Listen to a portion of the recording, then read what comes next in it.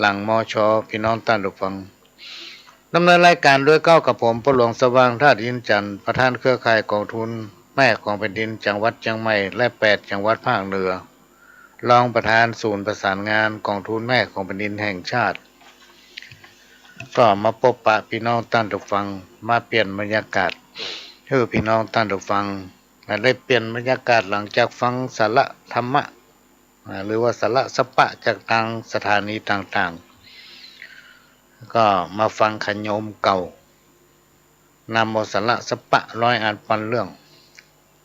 มาเล่าอู้สู่กันฟังก่อนที่จะนำเอาสาระสปะมาเล่าอู้สู่กันฟังก็ต้องขอกราบขอบพระคุณท่านผู้อำนวยการสถานีหลวงพ่อพระครูสมุวิศวัตรวรกิจโจผู้อำนวยการสถานีวิทยุ FM 104.50 เมกะเฮิรตซ์วัดฝ่ายหินและก็ต้องขอกราบขอบพระคุณท่านผู้อำนวยการสถานีวิทยุล้านนาเชียงใหม่ท่านผู้อำนวยการสถานีวิทยุพัฒนาคุณภาพชีวิต FM 92.25 วัดหลวงประแดงมหาวิหารสถานีวิทยุ FM 98.75 คลื่นธรรมะของชุมชนวัดห้วยตองซักตำบลกวางเปาอำเภอจอมทองจังหวัดเชียงใหม่สถานีวิทยุมนต์เสียงธรรม 106.25 วัดบูพารามอำเภอแม่แจ่มจังหวัดเชียงใหม่ก็ได้รับการอนุเคราะห์เมตตาจากท่านผู้อำนวยการสถานีพร้อมกับเจ้าหน้าที่ของสถานีได้การอนุเคราะห์เมตตาลิงก์เอาสัญญาณรายการนี้เผยแผ่สู่พี่น้องท่านทุกฟังถึงบ้านถึงจองท่านสามารถ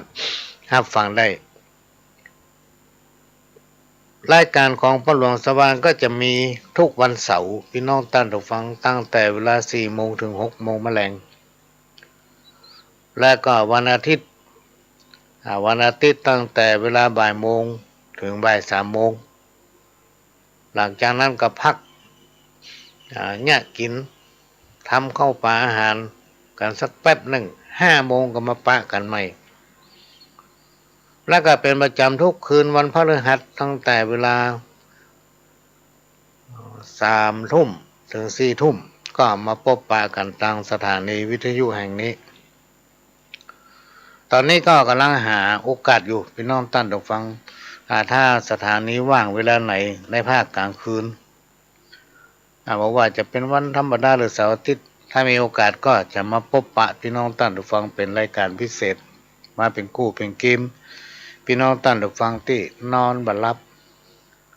อยู่ในก็ม่วนนะก็มาฟังขโยมเก่าก็ต้องขอนมัสการกราบขอบพระคุณเถระครูบาอาจารย์ที่เปิดวิทยุเบาๆนะ ฟังให้กำลังใจขโยมเก่าพระหลวงตั้งแต่ออกจากวัดมานี่นะพี่น้องท่านผู้ฟังก็บ่เคยลืมสักเตือนนึกอยู่ตลอดเวลาว่าเฮายังอยู่วัดอยู่นะ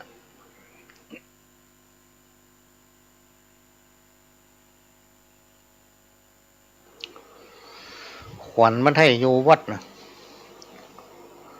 เพราะมันใหญ่น้อยกับวัดพี่น้องท่านผู้ฟังใหญ่น้อยกับวัดถ้ามมีเข้าของพ่อแม่ศรัทธานี่วันนี้ไทยมาได้มานั่ง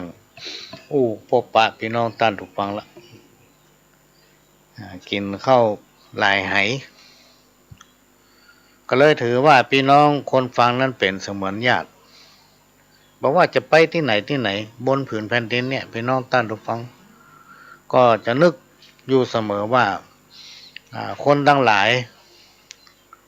เป็นเสมือนญาติท่านหนุ่มลงไปก็เป็นเหมือนลูกเหมือนหลานแก่แล้วเขาไปก็เป็นเหมือนหน้าเหมือนป้าเหมือนเอาเหมือนอาเหมือนลุงการอยู่ปัจจุบันนี่ก็ปฏิบัติตนยังอยู่ในวัดไหว้พระสวดมนต์กินข้าวแล้วก็รับ ไหว้พระสวดมนต์ทุกวันสวดน้ำหยาดน้ ลองทำตึงวันเนอะพี่น้องตั้นต้องฟังหยาดน้ำตรวจน้ำนั่นแหละอาบน้ำอาบอย่างเสร็จแล้วก็ไหว้พระอาบน้ำหมายถึงชำระร่างกายให้สะอาดทำจิตใจให้ผ่องแผ้วถ้างุนงิดจะไปเนี่ยจะไปทำเพราะมันมีผลถ้าจิตใจเขาตั้งมั่นแล้วก็นั่งทำสมาธิการทำสมาธิคืออย่างบางผู้บางท่านมาเข้าใจในการปฏิบัติตนอย่างเขาเป็นคฤหัสถ์เป็นฆราวาสเจ้าบ้านเนี่ยพี่น้องท่านต้องฟังถ้าไปภาวนาวันค่ำคืนรุ่งวันค่ำคืนรุ่งไม่ได้กินอย่างแล้ววะ การไหว้พระสวดมนต์ก็คือตั้งจิตให้เป็นสมาธินั่นแหละถ้าเขาสวดมนต์ได้กี่บทกี่วรรคกี่ตอนอันนั้นแหละคือว่าเขาทำสมาธิละคนถ้ามีสมาธิเนี่ยมันว่าถึงมันถูกโลกพี่น้องท่านทุกฟังเหมือนกับผู้สูงวัยผู้สูงอายุเนี่ยถ้าไผอายุสูงขึ้นนักไปนะพี่น้องท่านทุกฟังว่าอย่างมันใครถูกมันจะไปทางอื่นว่าไปมันไปทางอื่นหลง หลง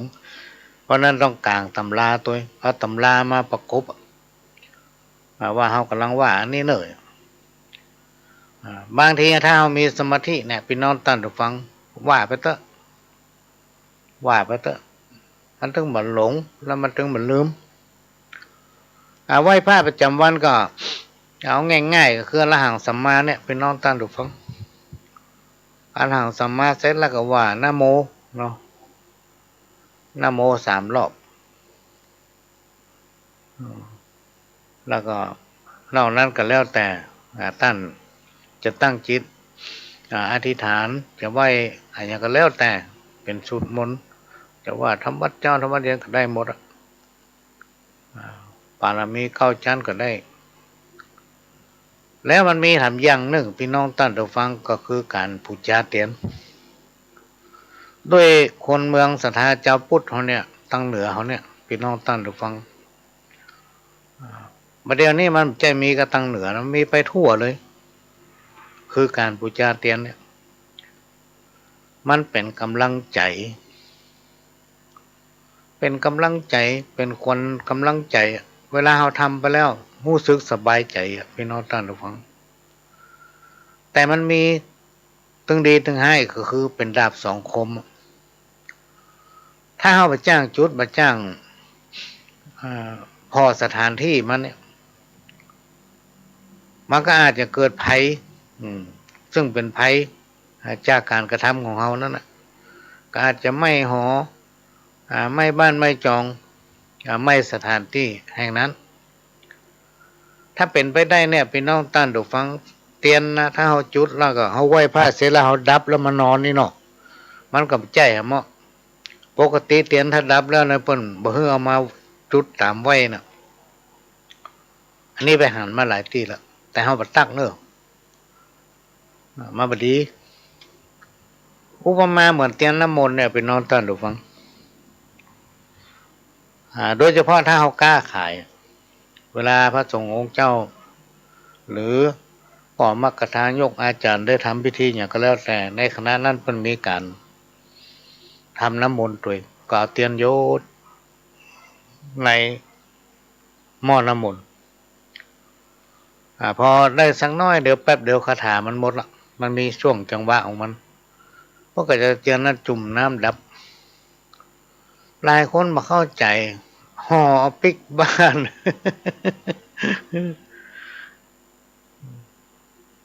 อันนี้ประหลวงได้ปะท่านพระหูท่านหนึ่งเพิ่นบอกว่าโอ้บ่ดีเนอะวะมันบ่ดีการที่เปิ้นดับนั่นหมายถึงว่าดับ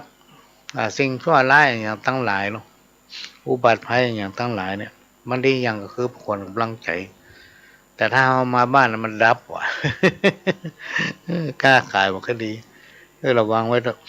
เอามาตองพอดูมันจะมีแต่นะพี่น้องตัดระวังดูมันจะมีแต่ในยุคปัจจุบันเนี่ยพี่น้องตัดระวังหลายๆคนที่มีความสนใจบันไดหันเปิ้นเนี่ยก็เนี่ยยังเปิ้นโดยมีความเชื่อความศรัทธาเห็นน้อยเดียวนะน้อยเดียวกุยลองพอเลย สิ่งใดก็ตามพี่น้องท่านผู้ฟังเราบ่ตั้งใจ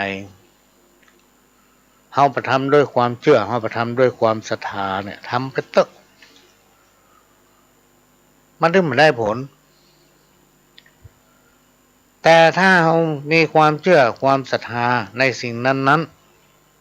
ๆทำไปด้วยความตั้งใจแน่วแน่ผลมันก็เกิดพี่น้องท่านผู้ฟังผลมันก็เกิดเตรียมอู้อย่างเงี้ยก็เอามาอู้ให้ฟังหลายผู้หลายท่านพี่น้องท่านผู้ฟังไปหันไปนี่แล้วไปอธิษฐานพอไปได้สมใจโคตรอะ คนเราต้องไหลเมาไปคิดว่าพระพุทธรูปนั้นเป็นสิ่งศักดิ์สิทธิ์บอกว่าจะเป็นในพระวิหารในโบสถ์ท่านไปเหมาว่ามีสิ่งศักดิ์สิทธิ์สถิตอยู่บอกว่าจะเป็นไปวัดไปว่าไปนั่นอันนี้ก็ไปจะตั้งจิตอธิษฐานขอข้าเจ้าได้เลขเด็ดได้อันนั้นได้อันนี้พอผสมดังใจพี่น้องท่านผู้ฟังก็ไปโคดให้พระพุทธรูปโอ้บักขังแต่กันอย่างนี้อันนี้เป็นสิ่งที่มาใจพุทธแต่เป็นพุทธบัดแต่พุทธเถียมเอาเข้ามาใครมาล่ะไปไหว้หลายเติมหันได้อย่างบางทีมันตัดตายามเนาะพี่น้องท่านผู้ฟังตัดตายามมันก็ประสบผลไปวัดคือสถานที่รักษาโรคทางด้านจิตใจพี่น้องท่านผู้ฟังไม่ใช่ว่าไปปั๊บหายปุ๊บนะ เขาต้องเข้าไปศึกษาไปปฏิบัติกวดเพี้ยวไปจำศีลบำเพ็ญบุญก็คือได้แก่การช่วยในต่างวัดทนุอุปถัมภ์สิ่งไหนที่มันดีก็ทำนะอันใดที่ทำได้ก็ทำเพราะวัดนั้นเป็นที่ของพุทธศาสนิกชนถ้าวันใดวันหนึ่งพุทธบริษัทพี่น้องศรัทธาตายกใดกะมาเข้าก็คือวัดล้างอย่างเดียวอันใดที่มันคำคกเอาคำใจพี่น้องท่านผู้ฟังก็ไปตั้งจิตอธิษฐานทำสมาธิไหว้พระสวดมนต์ง่ายงั้นถึงวันในโอกาสที่เขามีเวลาใช้เวลาถึง5 นาทีหรอกแล้วความกังวลตั้งหลายเหล่านั้นมันก็จะหายไปอันนี้หมายถึงว่าถ้าเขามีโอกาสเข้าวัดถ้าเขาบอกเข้าวัดก็ทำที่บ้านเราฮะนะวันนี้เป็นวันเสาร์ที่15เดือนตุลาคม2565แรม5 ค่ำเดือนเกี่ยงแล้วเนอะพี่น้องท่านผู้ฟังเกี่ยง59นี่ดูเหมือนเสียติดกับจันทร์วันนี้เป็นวันดีเนอะตามตำราของวัดธาตุคำนี่นะ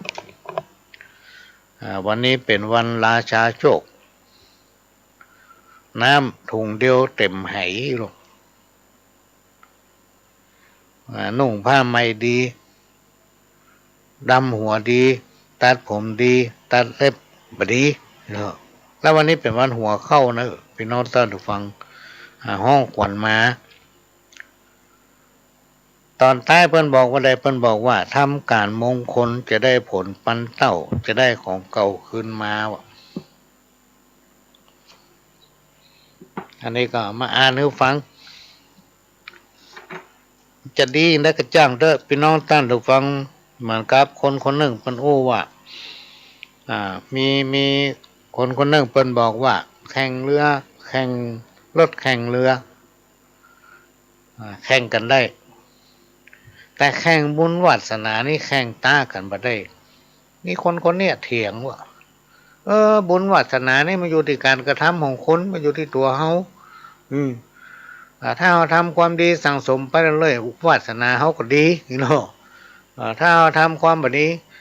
ไปเรื่อยๆวาสนามันก็บ่ดีเนาะอันนี้ก็เป็นส่วนหนึ่งนะพี่น้องท่านผู้ฟังจะไปละในหลักของทางพุทธศาสนานั้น พิ่นจะสอนให้คนเป็นคนดี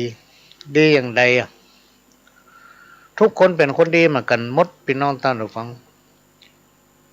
เพิ่นจะสอนให้คนลดทิฐินะในหลักของธรรมะเนี่ยบ่ให้ใจทิฐิบ่ให้มีทิฐิต่อกันและกันพี่น้องท่านผู้ฟังสร้างความสมัครสมานสามัคคีในสังคมชุมชนเหมือนกับงานของกองทุนแม่ของแผ่นดินเนี่ยตอนเข้ารายการก็จะว่าเนาะประธานเครือข่ายกองทุนแม่ของแผ่นดินจังหวัดเชียงใหม่และ8จังหวัดภาคเหนือแล้วก็ได้รับเกียรติจากคณะผู้บริหารแต่งตั้งให้เป็นรองประธานศูนย์ประสานงานกองทุนแม่ของแผ่นดินแห่งชาติมีสำนักงานอยู่ที่กรุงเทพเนี่ยกองทุนแม่ของแผ่นดินนี้ก็เน้นพี่น้องท่านผู้ฟังในการสร้างความพร้อมของสังคมชุมชนบ่ใช่เฮาไปสร้างนะเฮาไปดูเฮาไปพอไปเพิ่มประสิทธิภาพเพิ่มศักยภาพให้ชุมชนสังคมนั้นๆมีความฮักความสามัคคีเป็นหมู่บ้านชุมชนที่อยู่กันเหมือนพี่เหมือนน้องมีความเอื้ออาทรช่วยเหลือซึ่งกันและกันมาเป็นหมู่บ้านที่พี่หู้สองน้องหู้หนึ่งเนี่ยบ่เกิดความแตกแยกบ่แบ่งพรรคบ่แบ่งพวกมีการมีงานก็ช่วยเหลือกันเพราะว่าหมู่บ้านนั้นมีความพร้อมที่ได้รับการสนับสนุนทุกด้านที่เราสามารถเข้าไปหนุนได้บ่ว่าจะเป็นหน่วยงานต่างๆของทางราชการและก็ภาครัฐภาคประชาชนก็จะเข้าไปช่วยพี่น้องท่านผู้ฟังเพื่อมันเกิดความเข้มแข็งเพื่อมันเกิดความมั่นคงในสังคมชุมชนนั้นๆก็จะต้องมีการบูรณาการเรียกว่ารวมหน่วยงานหน่วยงานไหนมาก็ฮับเอาหมดมาช่วยกันมาเฮาสานกล้วยสานตะกร้าเนี่ยมันต้องใจตอกหลายเส้นโลมันถึงจะมีกล้วยเป็นแก่นมีเข่งเป็นใบตอกเส้นเดียวเนี่ยอย่างกับจะได้โลพี่น้องท่านผู้ฟังเอามาสานน้ำทุ่งก็จะได้โลต้องมีหลายๆใบต้องมีหลายๆเส้นอันนี้ก็มาเทียบให้ฟังถ้าสังคมใดแบ่งเป็นพรรคเป็นพวกพิษกันติ๊ก3 วันดี4 วันให้นะคุยกันอยู่ฮะนะหมูจักแล้วโดยเฉพาะผู้นำประทำตัวเป็นผู้นำเนี่ยพี่น้องท่านผู้ฟังประทำตัวเองคือเป็นตัวอย่างกับคนในสังคมชุมชนในฐานะที่ตัวเป็นผู้นำบางทีเพิ่นเลือกขึ้นไปเป็นตัวแทนเป็นผู้นำซ้ำไปเป็นเจ้าเป็นนายเหี้ยอย่างเงี้ยพี่น้องท่านผู้ฟังไผได้ยินข่าวเพิ่นฮู้ประวัติไผบ่เคยไปใกล้ล่ะ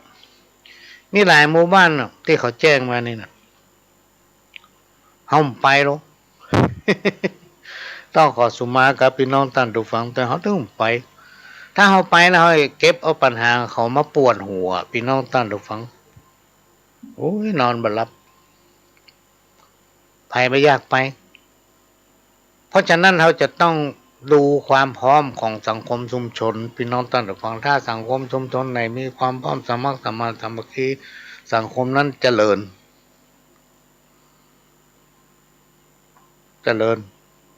เพราะทุกเครือข่ายบอกว่าจะเป็นภาครัฐภาคประชาชนต่างบ้านต่างเมืองปกติเข้ามาหาช่วยเสริมเพิ่มพลังเติมศักยภาพมันก็เอาไปฟังเทศฟังธรรมเนี่ยเป็นน้องท่านผู้ฟังฟังแล้วฟังบัดดายบักเก็บมาคิด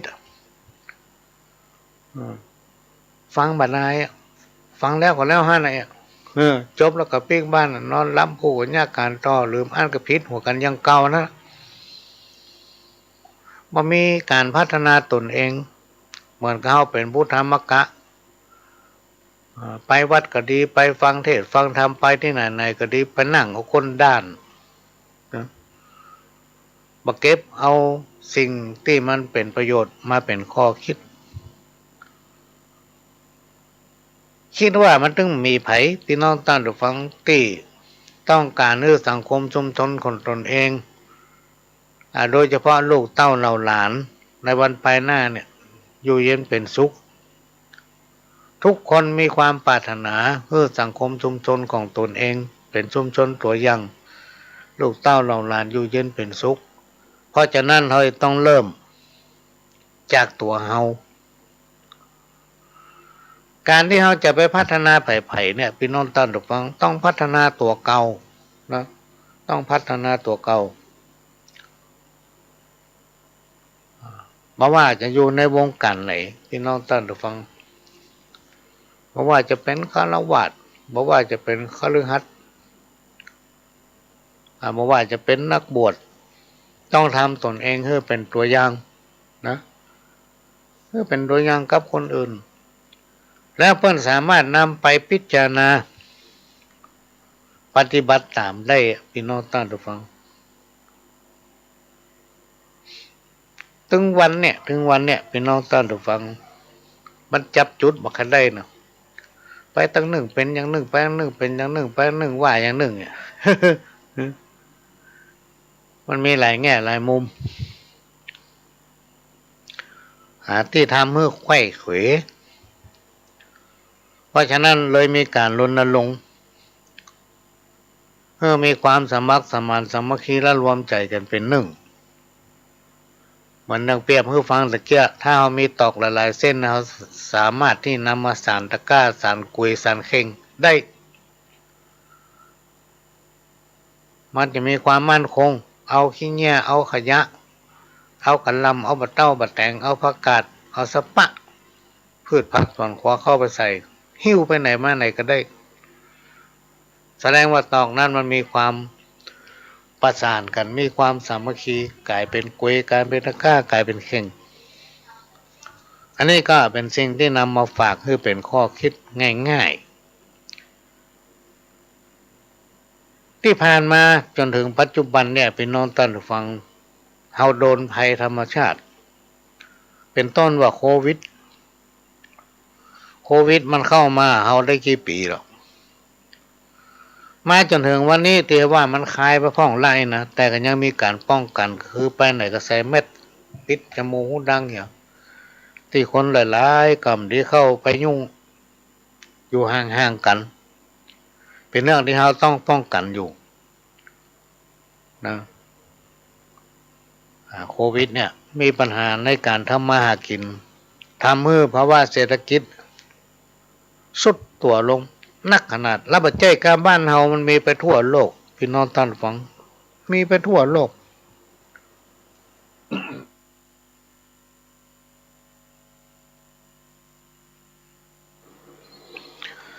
เฮาจะฮ้องว่ามันเป็นภัยธรรมชาติที่มันเกิดขึ้นมาคุกคามวิถีชีวิตของคนทั้งหลายแต่เฮาป้องกันได้ก็ป้องกันมันก็ป้นไปนะประการสำคัญเราต้องรักษาสุขภาพของตัวเก่ารักษาสุขภาพของตัวเก่าให้รอดพ้นจากโควิดปัญหาทั้งด้านการทำมาหากินถึงวันนี้มันเสรีละพี่น้องท่านผู้ฟังไปหันไปนี่ก็สามารถไปได้เนี่ยการทำงานก็สามารถทำได้ก็เริ่มมีสภาพคล่องขึ้นนะต่อมาก็มีความทุกข์เกี่ยวกับภัยธรรมชาติที่มันเป็นปกติประจำมันเกิดขึ้นถึงวันมาเป็นเวลาหมดภัยตัวนี้ถือว่านักขนาดเลยกลัวโควิด มันทำเมื่อคนเหมือนตายถึงเป็นพี่น้องท่านฟังคือเนาะฝนตกน้ำท่วมได้ติดตามข่าวมาจนถึงวันเนี้ยบ้านเฮาที่ผ่านมานั่นก็วิตกกังวลกับน้ำขังหั่นท่วมนี่ อันนั้นเราจะไปโทษภัยธรรมชาติก็ไม่ได้ถึงเวลาหน้าฝนมันถึงตกต้องโทษคนเฮาเนี่ยพี่น้องต้านฟังโทษอะไรอย่างกำไปปิดทางน้ำเหี่ยวตกกระเสียงในสมัยก่อนนั้นมันมีหรอน้ำท่วมใหญ่ท่วมหลวงนี่มีเวลาฝนตกน้ำมันก็ไหลไปตามลำเหมืองเฮ้ยจังเกตหันว่ามันมีลำเหมืองใหญ่ลำเหมืองน้อยหรอกลำเหมืองเสียน้ำเนี่ยปัจจุบันนี่ลำเหมืองนี่มีละพี่น้องต้านฟังลองไปพอตามบ้านจัดสรรทำในหัวในเวียงมันมีลำเหมืองหรอกอย่างในเมืองเขาเนี่ยมันก็มีคลองแม่คาเนี่ยยังมีอยู่หายไปลุกล้ำไปเนี่ยอย่างตึงมาได้เพราะรางคลองแม่คานั้นเป็นหัวใจของเมืองละที่เอาน้ำเสียน้ำอย่างนี้ไหลไปเวลาฝนตกนักน้ำตั้งไหลก็ไหลลงคลองแม่คาแล้วก็ตั้งใต้เพราะไปลงสู่น้ำปิงเหมือนอย่างทางบ้านเฮาเนี่ยพี่น้องต้านฟังเวลาฝนตกนักน้ำถึงมาท่วมเพราะมันมีลำเหมืองไส้ไก่ลำเหมืองเสียน้ำมันก็จะไหลไปตามนั้นในที่สุดมันก็ไปเปาะไปหอมกันที่น้ำสายใหญ่ลายที่ลายหมู่บ้านไปตืดทางน้ำเหี่ยหมดอย่างป้าหลวงนี่เคยเป็นผู้ใหญ่บ้านเขาเคยไปขอร้องตั้งแต่ปี36 37 38นี่ตั้งแต่ปี37เนี่ยเริ่มเข้มงวดไปขอร้องว่าสงวนหรือรักษาลำเหมืองไว้โอ้เจ้าของที่บางแห่งเปิ้นเถียงเนอะรักษาไว้อย่างมันอยู่ในที่ผมจะทมแปลงนั่นแปลงนี่ผมจะทำประโยชน์เอาว่าไปว่าตั้งราชการเปิ้นมีการรณรงค์นะรักษาลำเหมืองสาธารณะไว้เวลาฝนตกน้ำมันก็จะไหลไปตามลำเหมืองนะมันก็มาท่วมบะขางละจะแปลงเนี่ยก็แปลงได้เว้นเฉพาะลำเหมืองไว้น้อยเดียวบ่ได้เนาะเพราะหลวงจาน้ำไหนมาเตียวอูอิ่มละในสมัยนั้นเฮายังบัดตายด้วยพี่น้องต้านฟังเขาถมไปหมดหรอกและบัดเดี๋ยวนี้เป็นจะได้พ่อเวลาฝนตกน้ำไปบ่ได้น้ำท่วมเดือดร้อนลำละร้องเพิ่นมาช่วยเดือดร้อนน้ำท่วมเปิ้นมาช่วยก็เดือดร้อนอันนี้ก็มาฝากไว้ให้พิจารณานะพี่น้องท่านผู้ฟังจะไปโทษก็ว่าภัยธรรมชาติต้องโทษตัวเก่าเฮาเนี่ยเฮาไปลืมละหีบเก่าหอยเดิมเพิ่นมีลำเหมืองปากันถมเหี้ยมารักษามันไว้เวลามีปัญหาปุ๊บน้ำท่วมเพราะมันไหลไปไหนไม่ได้อันนี้ก็เป็นอุทาหรณ์สอนใจในเมื่อบ้านเมืองหรือว่าทุกซอกทุกมุมปัญหาสังคมมันมีหลายอันหลายอย่างมาผสมประสานกันพี่น้องท่านผู้ฟังมันก็เลยทำเมื่อมีวิกฤตก็คือว่าความเป็นอยู่ของคนเฮาเนี่ยปืนรากฐานมันบรรทัดเทียมกันบางคนก็ยากจนบางคนก็มั่งมีนะบางคนก็มีการมีงานเป็นรักเป็นฐานบางคนก็ล่อนเล่พเนจรบ่มีการงานทำมีมากันได้มามันบ่พอกินเนี่ยเป็นต้นก็เลยมีการมีผู้โจรผู้ร้ายพี่น้องท่านผู้ฟังอันนี้เป็นภัยสังคมคนที่ฉลาดก็ไปหลอกคนที่บ่ฉลาด เรียกว่ากินหัวกันไปกินหัวกันมาพี่น้องท่านผู้ฟังไปล่อลวงเปิ้นกินในได้กินทำอย่างได้ทำนี่เป็นต้นเพราะฉะนั้นตอนเนี้ยภัยสังคมมันเริ่มหนักการหลอกลวงเนี่ยโดยเฉพาะทางเฟซทางไลน์เนี่ยพี่น้องท่านผู้ฟังถ้าไผลงเชื่อลงกลมันเนี่ย รายไหนรายนั้นเดือดร้อนแต่ว่ามันเสือนี่ติดตามข่าวได้ยินข่าวขนาดคนเฒ่าอายุมัน70ปลายละพี่น้องท่านผู้ฟังอายุ70ปลายแล้วไปโป้นเปิ้นอ่ะไปจี้เปิ้นอ่ะเอามีดหรือว่ามีดแยบอะไรอย่างนี้แทงหน้าอกเปิ้นแล้วก็ปาดคอมันตัวทำอย่างสืบไปสืบมาได้สตางค์ไปบ่กี่ร้อยคนสูงอายุคนสูงวัยเพิ่นจะมีอย่างค่าของคนเกือบจะมีเลยพี่น้องท่านผู้ฟังเพราะอย่างเพราะภัยสังคมคุกคามคนเฮาเมื่อมีนักขึ้นเนี่ยพี่น้องท่านฟังเพราะว่าความเป็นอยู่พื้นฐานทางด้านฐานะรวมมาถึงการศึกษารวมมาถึงจริยธรรมคุณธรรมซึ่งเป็นสิ่งที่เฮาต้องหลายจะต้องช่วยกันรณรงค์เพื่อจิตใจของคนเฮานั้นงามประกอบด้วยคุณธรรมจริยธรรมเฮาเป็นชาวพุทธต้องช่วยกันรณรงค์บ่ให้สิ่งที่บ่ดีเกิดขึ้นในสังคมชุมชนเฮานะพี่น้องท่านผู้ฟังเวลามีกิจกรรมทางด้านพระพุทธศาสนาจักชวนบุตรเต้าลูกเต้าเหล่าหลานไปเนาะไปใจเวลาน้อยไปมันไม่ใช่เสี่ยงอะไรอย่างพี่น้องท่านผู้ฟังเรื่องการจะบริจาคปัจจัยจะทำบุญมันแล้วแต่เจตนาของใครของมันเนาะ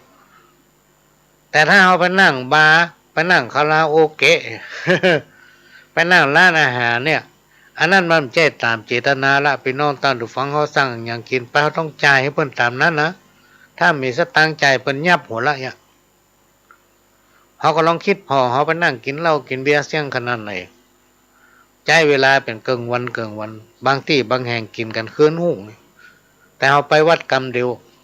ไปฟังธรรมก็มาถึงเกิงชั่วโมงได้สาระถ้าคนไหนจิตใจมีศีลมีธรรมมันเขาวัดเขาวาหน้าตาก็แจ่มใสจิตใจก็สมบูรณ์นะทิฏฐิก็ลดลง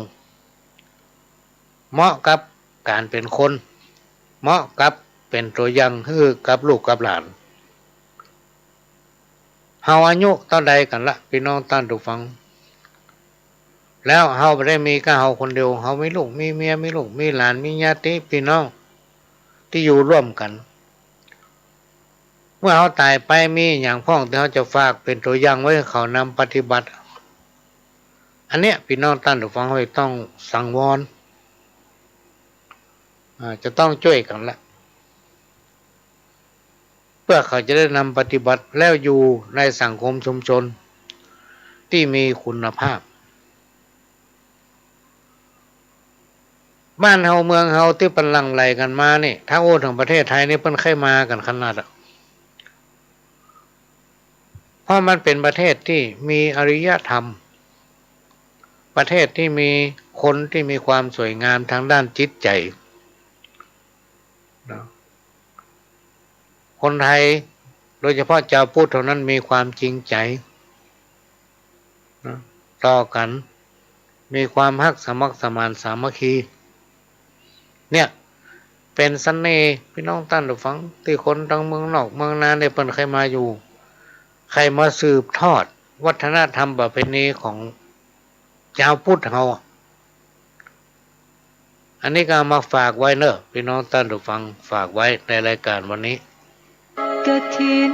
ทานคือสังฆทานบุญทานยิ่งใหญ่1 เดือนข่าวสารเพื่อการประชาสัมพันธ์ขอเชิญชวนศรัทธานักศีลนักบุญทั้งหลายร่วมงานทำบุญทอดกฐินสามัคคีของวัดร้องอ้อตำบลสันพิเชื่ออำเภอเมืองจังหวัดเชียงใหม่ตรงกับวันอาทิตย์ที่ 6 พฤศจิกายน พุทธศักราช 2565 ขึ้น 13 ค่ำเดือนยี่ทอดถวายกับพระสงฆ์ที่จำพรรษาท่วนไตรมาสของวัดร้องอ้อเวลา 9:30 น.เป็นต้นไปขอเชิญชวนร่วมงานบุญ กฐินสามัคคีของวัดร้องอ้อตำบลสันผีเสื้ออำเภอเมืองเชียงใหม่จังหวัดเชียงใหม่ตรงกับวันอาทิตย์ที่ 6 พฤศจิกายน 2565 ช่วงเช้า 9:30 นาทีได้บุญได้กุศลโดยพร้อมเพรียงกัน เวลาสร้างมนุษย์สมบัติสวรรค์สมบัตินิพพานสมบัติเพิ่มพูนสัจกฐินทานคือสังฆทานบุญทานยิ่งใหญ่1 เดือน ข่าวสารเพื่อการประชาสัมพันธ์ขอเชิญชวนศรัทธานักศีลนักบุญทั้งหลายร่วมงานทำบุญทอดกฐินสามัคคีของวัดร้องอ้อตำบลสันผีเสื้ออำเภอเมืองจังหวัดเชียงใหม่ตรงกับวันอาทิตย์ที่ 6 พฤศจิกายน พุทธศักราช 2565 ขึ้น 13 ค่ำเดือนยี่ทอดถวายกับพระสงฆ์ที่จำพรรษาท่วนไตรมาสของวัดร้องอ้อเวลา 9:30 นาทีเป็นต้นไปขอเชิญชวนร่วมงานบุญกฐินสามัคคีของวัดร้องอ้อตำบลสันผีเสื้ออำเภอเมืองเชียงใหม่จังหวัดเชียงใหม่ตรงกับวันอาทิตย์ที่ 6 พฤศจิกายน 2565 ช่วงเช้า 9:30 นาทีได้บุญได้กุศลโดยพร้อมเพรียงกัน เวลาสร้างมนุษย์สมบัติสวรรค์สมบัตินิพพานสมบัติเพิ่มพูนสัจ ก็ขอเชิญร่วมอนุโมทนาบุญในการทอดกฐินสายสามัคคีของวัดร้องอ้อในวันอาทิตย์ที่ 6 พฤศจิกายน 2565 พี่น้องท่านผู้ฟังตั้งแต่เวลา 9 โมงเป็นต้นไปท่านใดที่ทำกฐินสายมาสักต้นหนึ่งเนี่ยพ่อหลวงก็จะอยู่บนวิหารนั่นแหละอยู่แถวๆหน้าวิหารนั่นนะก็มาแจ้งก็จะมีของชำร่วยจะมีแผ่นตะกรุดแจ้งเอาไปปิดบ้านปิดจองร้านค้าใส่กระเป๋าสตางค์กล้าแม่นขายหมานเทวดาและคนทั้งหลายฮักหูหมด ตำหาว่านะ ใกล้มีของจำร่วยก็เจอเนอะในวันอาทิตย์ที่ 6 พฤศจิกายน 2565 ก็ไม่ได้กำหนดกฎเกณฑ์ว่าจะต้องได้ปัจจัยอันใดพี่น้องท่านผู้ฟังตามกำลังของภายของมันนะบาท2 บาทก็ได้ละการทอดกฐินนี้มันเป็นกฐินประจำปีของทุกปีพี่น้องท่านผู้ฟังทุกวัดจะต้องมีการทอดกฐินเพราะฉะนั้นวัดร้องอ้อนั้นมีมากู้ปีปีนี้ก็เลยมันขาดก็เชิญพี่น้องเครือข่ายสายญาติธรรมได้ร่วมอนุโมทนาบุญด้วยกันโดยพร้อมเพรียงอยู่ใต้ฟ้าบดีกว่าฝนเกิดเป็นคนจะไปกลัวกำเปิ้นเล่าอยู่ใต้ฟ้าบดีกว่าฝนเกิดเป็นคนจะไปกลัวกำเปิ้นเล่าถ้าแปลเป็นกำไทยกำเมืองพี่น้องท่านผู้ฟังว่าเกิดเป็นคนจะไปกลัวหยังไม่ต้องกลัวหยังสักอย่างพี่น้องท่านผู้ฟังทำไปตามหน้าที่ของภัยของมันถึงเวลาหยุดก็หยุดถึงเวลารับก็รับนะถึงเวลาแยกการทำงานก็แยกการทำงานพี่น้องท่านผู้ฟังอันกรรมนินทากาเลเหมือนเทน้ำมันบัดจำเหมือนเอามีดไปกรีดก้อนหินเกิดมาเป็นคนมนุษย์เดินดินมันต้องหนีบะป้นนะคนห้าคนจังนี่นะเพิ่นถึงว่านินทากาเลเหมือนเทน้ำกรรมติเตียนรับหลังเป็นสิ่งที่บ่มีไผหนีพ้นครูบาอาจารย์ท่านได้กล่าวไว้ว่ากรรมติเตียนนินทารับหลังเป็นสิ่งที่มีอยู่กู้กับโลก เนาะโอ้เปิ้นเปรียบไปถึงโลกพุ่นน่ะพี่น้องท่านผู้ฟังตลาดใดที่ยังมีคนมนุษย์เฮาอยู่บนโลกนี้ก็จะต้องมีการนินทากาเลอยู่คู่กันไปไม่ว่าจะเป็นภัยผู้ใดก็ไม่สามารถหลีกหนีเว้นกรรมนินทานี้ได้บ่โดนนักก็โดนน้อยกู้คนน่ะ พระเจ้านั่งในโบสถ์ในวิหารก็ยังโดนเขาเอาเปิ้นไปนินทาเอ้ยพระเจ้าว่าท่านกูไปละไปไหวละอธิษฐานอะไรยังกับได้สักเตือกอย่ากลับบ้านไหนก็แล้วแต่พี่น้องท่านผู้ฟังถ้าเขาโมโหตินะเขาไปเอาไปปะไปก็ดีเอาไปถามเปิ้นนะว่าบ้านคนนั้นคนนี้อยู่ที่ไหนฮะน่ะก็ไปปะสักคนที่เปิ้นบ่ถูกกันนะพี่น้องท่านผู้ฟังมายังอ่ะเนี่ยโอ้บ้านมันก็อยู่ทางในนะครับจะล่ำอยู่บ้านโอ้ใจสู้หน้าไผมันเป็นไรอ่ะ ถึงว่าเปิ้นคือถ้าเอาไปปะแต่คนมาถูกกันถ้าเอาไปปะคนที่เปิ้นถูกกันนะพี่น้องท่านฟังเปิ้นก็จะว่าโอ้มันดีแต่งั้นนี่สรุปแล้วมันหนีถึงป้นความดีความไม่ดีเนี่ยมันมีไผหรอกพี่น้องท่านฟังที่จะโยกความดีให้เปิ้นยกย่องเปิ้นเฮือเกียรติเปิ้นจนดีแต่ตัวเก่านะหายากหาบ่ใครปะถ้าเอาไปที่ไหนเอาไปปะใจคนที่ปันฮักกันนะโอ้เปิ้นจะโอ้เรื่องความดีให้เราฟังเปิ้นดีเนอะอย่างนั้นอย่างนี้อย่างบางทีเอาไปหั่นไปนี่เขามาโอ้ฟังโอ้เปิ้นเอาไปโอ้กันเนาะว่าปอหลวงเปิ้นใจดีเนอะอย่างนั้นอย่างนี้เนี่ยแต่โลพี่น้องท่านฟังไผมาเฮานี่เฮาจะต้อนรับบ่เปิ้นจำใจปิกไปเฮาอย่างเงี้ยจะได้คือเปิ้นมาเฮาแล้วปิกไปม่วนอกม่วนใจกินได้นอนหลับเนี่ยวันหน้าวันตาตุกอกลุกใจมาเกิดหาเฮาแบบเนี้ยเอาความตุกมาให้เฮา มันจังมีอันหรอกจับใจบางคนเอาไปหานี่โอ้เฮาตื่นตันได้อู้มันนึงแม่น้ำตั้ง10เรื่อง20เรื่องโอ้เฮาตันได้ปากสักคำได้ก็ห้ามคนอื่นบ่เฮ้อนินทาไผบ่เฮ้อว่าหยังเฮ้อไผย่อมจังห้ามบ่ได้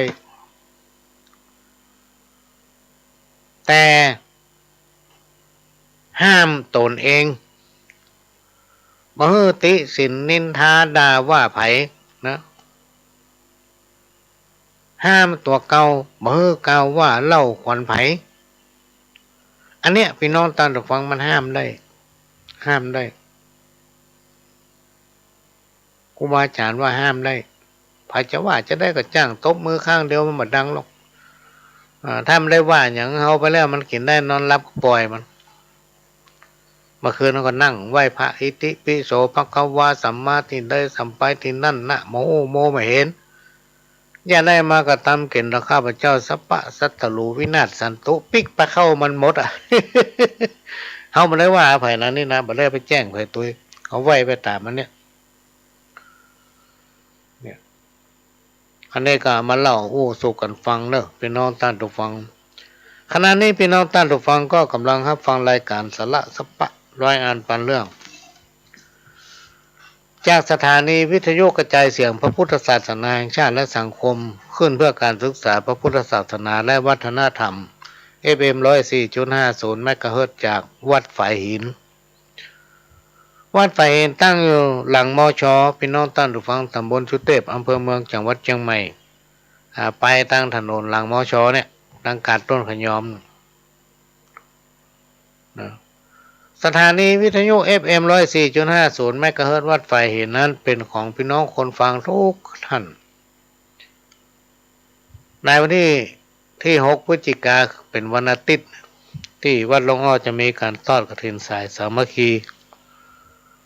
พ่อหลวงได้เรียนประสานทางด้านผู้อำนวยการสถานีว่าขอมาถ่ายทอดตั้งแต่9 โมงเป็นต้นไปในวันนั้นพี่น้องท่านผู้ฟังพ่อหลวงจะแปลงต้นไว้ต้นหนึ่งตั้งไว้ที่หน้าพระวิหารจะเขียนป้ายติดเนี่ยเชิญพี่น้องเครือข่ายสายญาติธรรมที่ฟังรายการเอาปัจจัยไปปักก็เราจะน้อมถวายมอบให้ท่านผู้อำนวยการสถานีเพื่อนจะได้นำไปทนุบำรุงสถานีพี่น้องท่านผู้ฟังสถานีมีความจำเป็นที่ต้องทำการทนุบำรุงท ถ้าบัตรนุบำรุงก็เดียวดับหาย 3 วันดี 4 วันให้สถานีวัดไฟหินนั้นเป็นของพี่น้องคนฟังทุกท่านเป็นเจ้าของกันและก็ต้องขอกราบขอบพระคุณสถานีวิทยุล้านนาเชียงใหม่ซึ่งได้ให้การอนุเคราะห์เมตตาจากท่านผู้อำนวยการสถานีนำเอาเสียงรายการนี้เผยแผ่สู่พี่น้องท่านผู้ฟังท่านผู้อำนวยการสถานีวิทยุพัฒนาคุณภาพชีวิต FM 92.25 วัดหลวงประแดงมหาวิหารท่านผู้อำนวยการสถานีวิทยุ 98.75 คลื่นธรรมะของชุมชนวัดห้วยตองซักตำบลคลองเปาอำเภอจอมทองจังหวัดเชียงใหม่สถานีวิทยุมนต์เสียงธรรม 106.25 วัดบุพารามอำเภอแม่แจ่มจังหวัดเชียงใหม่พี่น้องท่านผู้ฟังสามารถรับฟังได้ถึง5สถานีซึ่งได้รับการอนุเคราะห์เมตตาจากท่านผู้อำนวยการทุกสถานีก็ต้องไหว้สากราบขอบพระคุณท่านผู้อำนวยการทุกสถานีที่ได้เอ่ยนามมาแล้วได้รับการอนุเคราะห์เมตตาก็โดยพระหลวงสว่างธาตุอินจันทร์ประธานเครือข่ายของทูลแม่ของแผ่นดินจังหวัดเชียงใหม่และ8จังหวัดภาคเหนือรองประธานศูนย์ประสานงานของทูลแม่ของแผ่นดินแห่งชาติก็จะพบปะพี่น้องเป็นประจำทุกวันเสาร์ตั้งแต่เวลา 4 โมงถึง 6 โมงแมลงแล้วก็ทุกวันอาทิตย์ตั้งแต่เวลาบ่ายโมงถึงบ่าย3แล้วก็ช่วงเย็นก็5 โมงถึง 6 โมงก็จะปะกันแล้วก็ทุกวันพฤหัสพี่น้องท่านผู้ฟังตั้งแต่เวลา 3 ทุ่มถึง 4 ทุ่มก็มาปะเป็นคู่เป็นกิมมาเปลี่ยนบรรยากาศพี่น้องท่านผู้ฟังเพื่อพี่น้องท่านผู้ฟังได้ฟังต้องขอกราบขอบพระคุณท่านผู้ฟังหลายผู้หลายท่านที่ให้กำลังใจมาคำว่าฟังอยู่เนอะฟังอยู่เนอะอันนี้ก็แม่แดงตาล่อมเนี่ยบ่เคยขาดล่าทรงเพิ่นก็เก่งนั่นแหละส่งกำลังใจมายายฟังอยู่โน่นี่หลายผู้หลายท่านก็หลวงก็ยังบ่ค่อยเก่งนะพี่น้องต่างฟังทางโทรศัพท์เนี่ยส่งไลน์เรื่องเฟซอย่างต่างๆอย่างโทรศัพท์ตั้งโต๊ะนี่ซื้อมานี่ละใจไปจ้างมา ยังไม่ได้สายพ่วงมันเด้อถ้ามาพ่วงเข้ากับเครื่องเนี่ยล่ามถึงจะฮับพี่น้องท่านฟังที่โทรมาหาได้ช่วงนี้ก็ใจมือถือเนี่ยแต่ปัญญาคือไผ่โทรพ่อมันช่างสตางค์นักอันนี้ก็เป็นเรื่องที่เอามาเล่าอู้สู่กันฟังในสังคมชุมชนใดถ้ามีคนใจแคบนักคนใจแคบก็คือคนที่แรงน้ำใจคนที่แรงน้ำใจคนใจดำภาษาชาวบ้านในสังคมชุมชนนั้นพี่น้องท่านฟังจะอยู่กันบ่เป็นสุขนะเพราะว่ามันมีคนที่แรงน้ำใจนักคนที่แรงน้ำใจคนใจดำคนใจขึ้นใจเคาะคนใจแคบ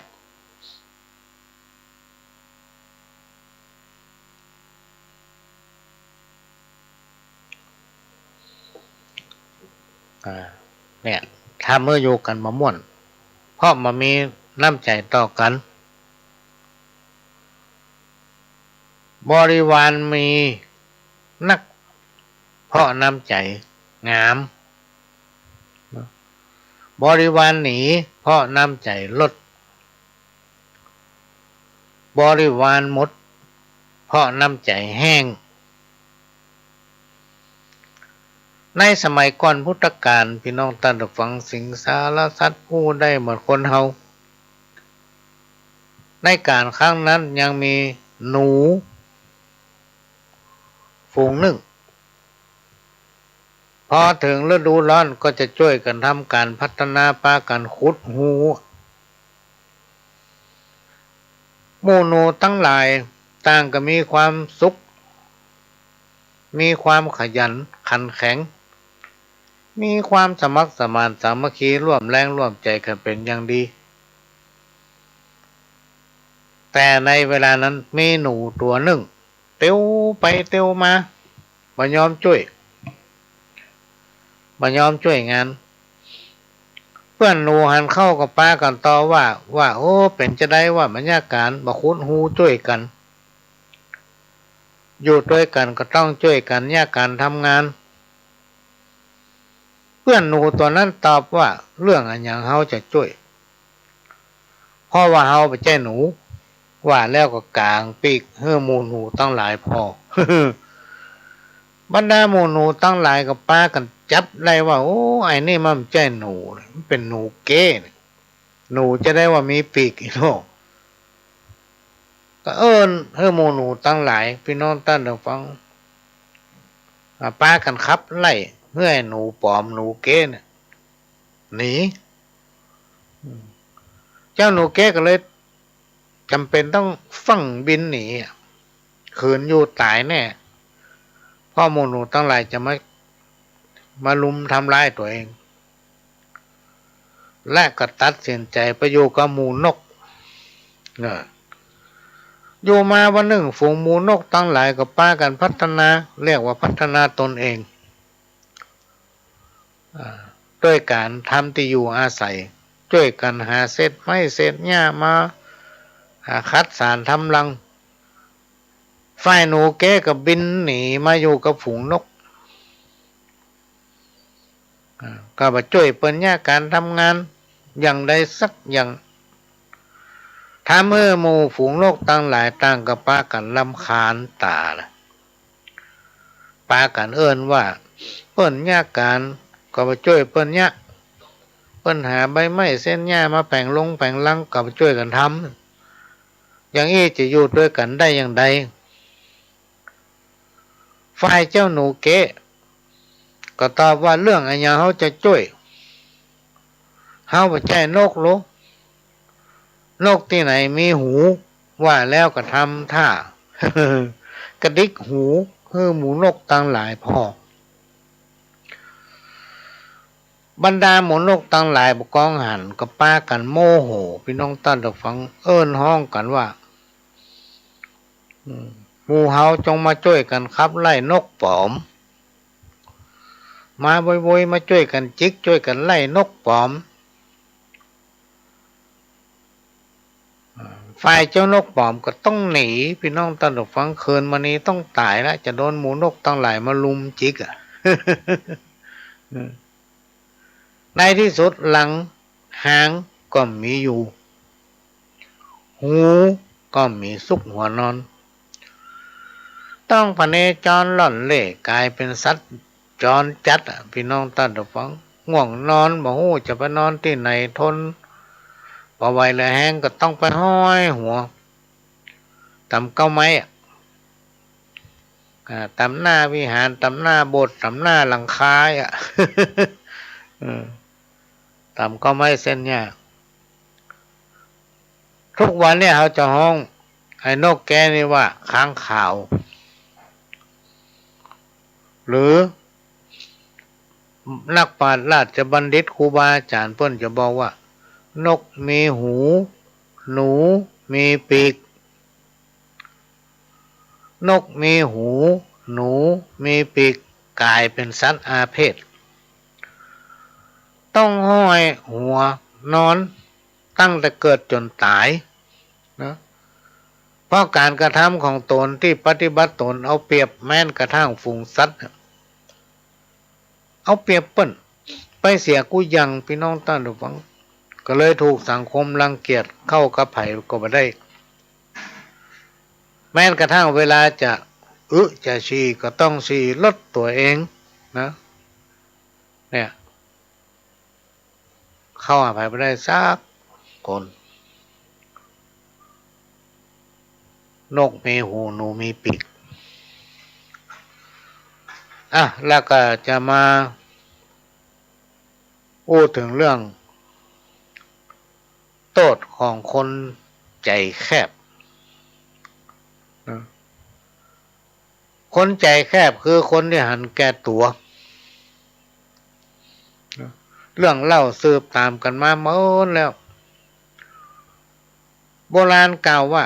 คนที่หันแก่ตัวเป็นคนสกปรกเป็นคนที่คบมาได้ผูกมิตรไมตรียังรู้ล้างสร้างบุญกุศลโดยแทนที่จะแบ่งงาน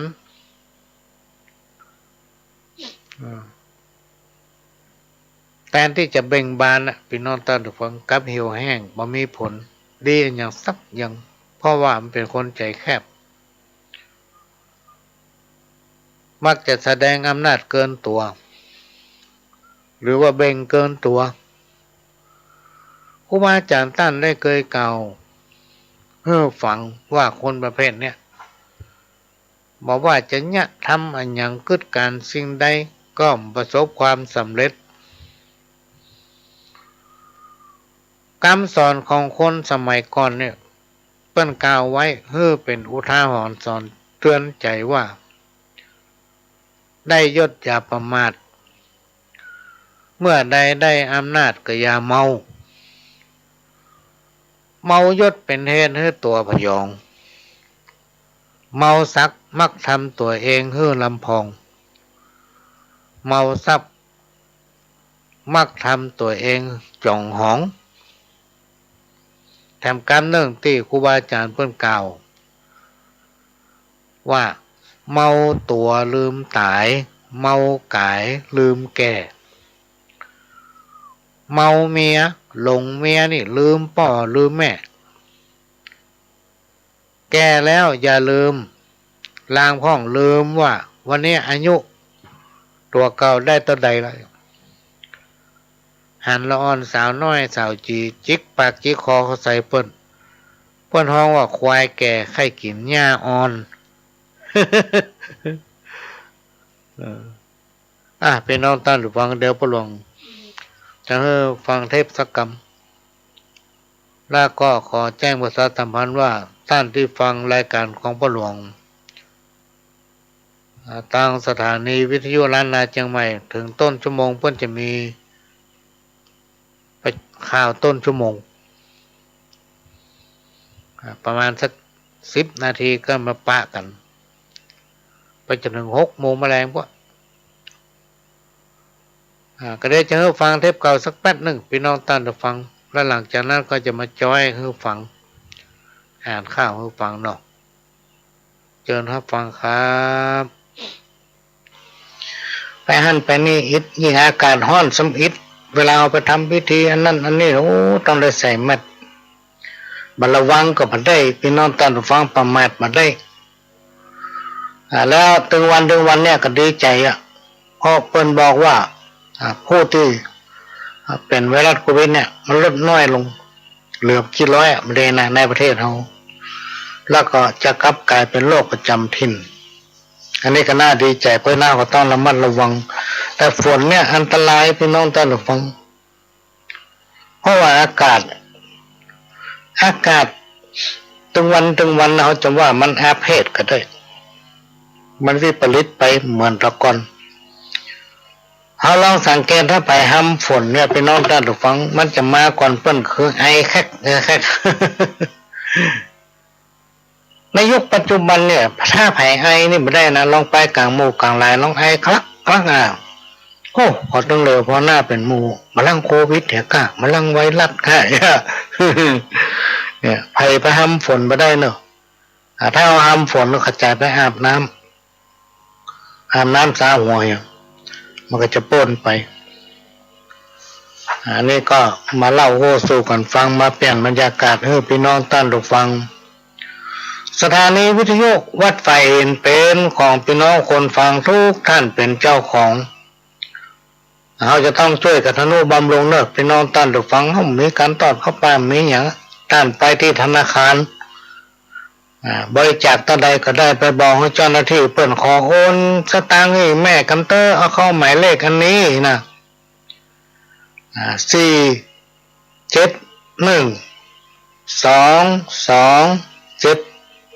4712274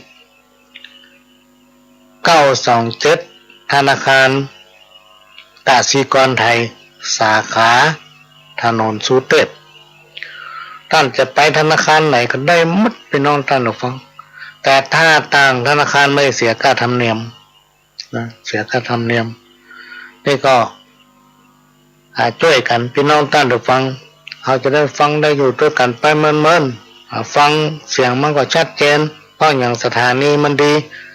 สถานีนั้นเปิดวันค่ำคืนหุ่งพี่น้องท่านผู้ฟังไม่ต้องมีการทนุบำรุงดูแลเรียกว่าซ่อมบำรุงตลอดมากับเครื่องของพ่อหลวงนะใช้มาหลายปีพี่น้องท่านผู้ฟังโดยเฉพาะช่วงที่ผ่านมาเนี่ยตั้งแต่ไวรัสมานี่ไม่ได้ไปสถานีไม่ได้ไปวัดฝ่ายหินเลยช่วงเทศพรรษาเทศกาลเข้าพรรษาเนี่ยมาถึงวันเนี้ยพอจะออกพรรษานะกำได้ไปเพราะอย่างพ่อไวรัสเนี่ยก็จะจัดอยู่ที่ห้องของตัวเก่ากับเหมือนกับไทยได้เปลี่ยนเครื่องเพราะมันดังอ้อนะครับสายไฟพี่น้องท่านผู้ฟังรวมก็ไม่ได้นะต้องเปลี่ยนอยู่ตลอดมันต้องกระชับเพราะนั้นสถานีวิทยุของวัดไฟนั้นเป็นของพี่น้องคนฟังทุกท่านเป็นเจ้าของกันเอาไว้ต้องช่วยกันคนเล็กน้อยเนอะช่วยกันทนุบำรุงท่านไม่ต้องไปที่วัดก็ได้ไปที่ธนาคารไหนได้หมดไปบอกเพิ่นว่าขอโอนสตางค์ให้แม่กำเตอะเพิ่นจะเอาไปทนุบำรุงสถานีชื่อบัญชีเพิ่นว่าสคศลา2ตัวแล้วก็วอแหวนจุดนี่นะ หรือมันก็บอกเลขเพิ่นเลยถ้าบอกเลขเพิ่นแล้วมันจะปรากฏในจอของเพิ่นนั่นจะบอกคำรอบหนึ่งจด4712274 ธนาคารกสิกรไทยสาขาถนนสุเทพบอกให้ปั้นจำได้ขึ้นจอฮะนี่ก็แจ้งประชาสัมพันธ์บอกต่อๆกันไปเนอะแม่เนอะถ้าจะจดก็จดใส่ปฏิทินนะมันถึงมาหายถ้าจดใส่กระดาษน้อยๆจอมหมูเสื้อก็เดี๋ยวหายแซ่บ อันนี้ก็มาบอกมาเล่าสู่กันฟังก็จะพยายามเนอะพี่น้องท่านฟังพยายามมาพบปะถ้าประจำเป็นแต่ถึงมาขาดก็กล้าไว้อยู่ด้วยกันไปเอาจนพี่น้องท่านดูฟังก่ายนะกูก่าย กูถึงฟัง มาค้นปะกรรมเก่าเป็นว่าเข้าดอบัดเต้านกเขาบักขันบีบแกบเอามันบีบแกบเอาน้ำมันหันท่าจักบ่ได้ถ้าเปิ้นทูลหัวพระเจ้าตัวนี้บอกไว้หนีจากไฟไปต่ำก้อยมันจะเป็นก้อยดีกาเหมือนดังเต้งไข่มดตกลงวางป่านะเต้งไข่มดตกลงวางป่ามันต้องมาเหลือป่ากินมดมอดกินไม้ล่วงบุญขอนกินนอนบ่อนไซจะแก้ได้สันใดยากล้ำเนาะ อันนี้คนโบราณเพิ่นกล่าวไว้ก็คนเฒ่าคนแก่พี่น้องท่านฟังที่เพิ่นฮู้เพิ่นเขียนไว้ส่งมาให้มาเอามาอ่านสนองศรัทธาเพิ่นนะการทำกันหนึ่งพี่น้องท่านฟังอันนี้เป็นต้นนานน่าจะอยู่ทางจังหายบ่นี่เพิ่นเขียนไว้เพิ่นบอกว่าใจ3บทนั้นหนาบดีเอามาเป็นมิตรชิดใกล้ยิง3ผัวแถมไว้ใจบ่ได้เก่งใจมันยาสารพัดเจ้าอาวาสนั้นหนาถ้าผ่านมา3วัดซื่อสัตย์มีน้อยเต็มทีเป็นคนใจฮ้อนขาดธรรมะขันติ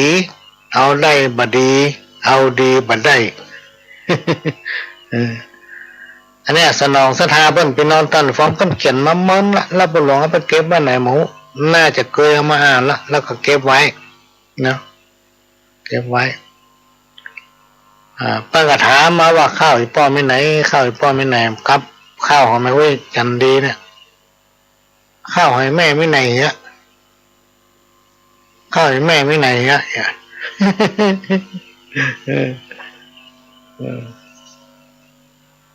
พี่น้องท่านผู้ฟังหลายผู้หลายท่านเมื่อวันเสาร์ที่ผ่านมานี้กันนัดกันว่าจะเชิญท่านที่จะจ้อยมาจ้อยพี่น้องโอ้กับปากกฏว่าไม่มามีพี่น้องท่านผู้ฟังไม่มันมามีข้อความเสียงเข้าเดี๋ยวถ้าทางสถานีเปิดได้ก็เปิดไปมันน่าจะมาเมินเขาก็ถ้าเปิดก็ย่างอู้ วันนี้เตรียมข้าวไว้เหมือนกัน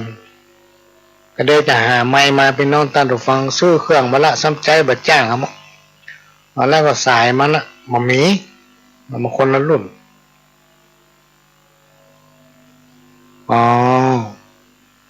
มีข้อความเสียงเนอะพี่น้องท่านผู้ฟังอันนี้เป็นข้อความเสียงอย่างพูดนะตาซ้ำบักให้ดีนะ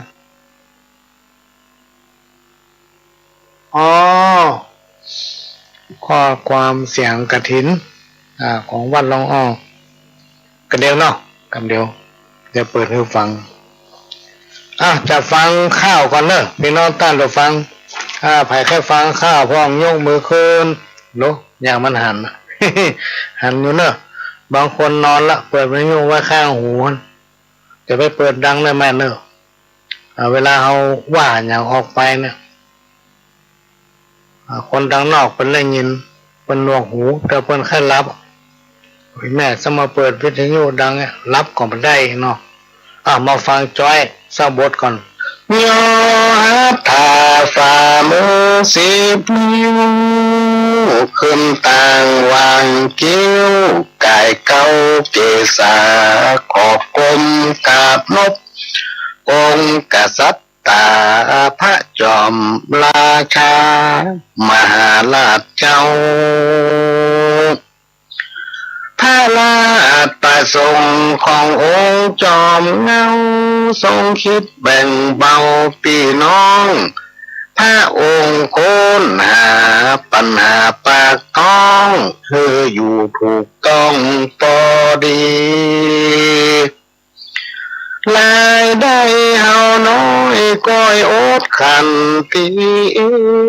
ใจจ่ายพอดีบ่มีอยากกันหู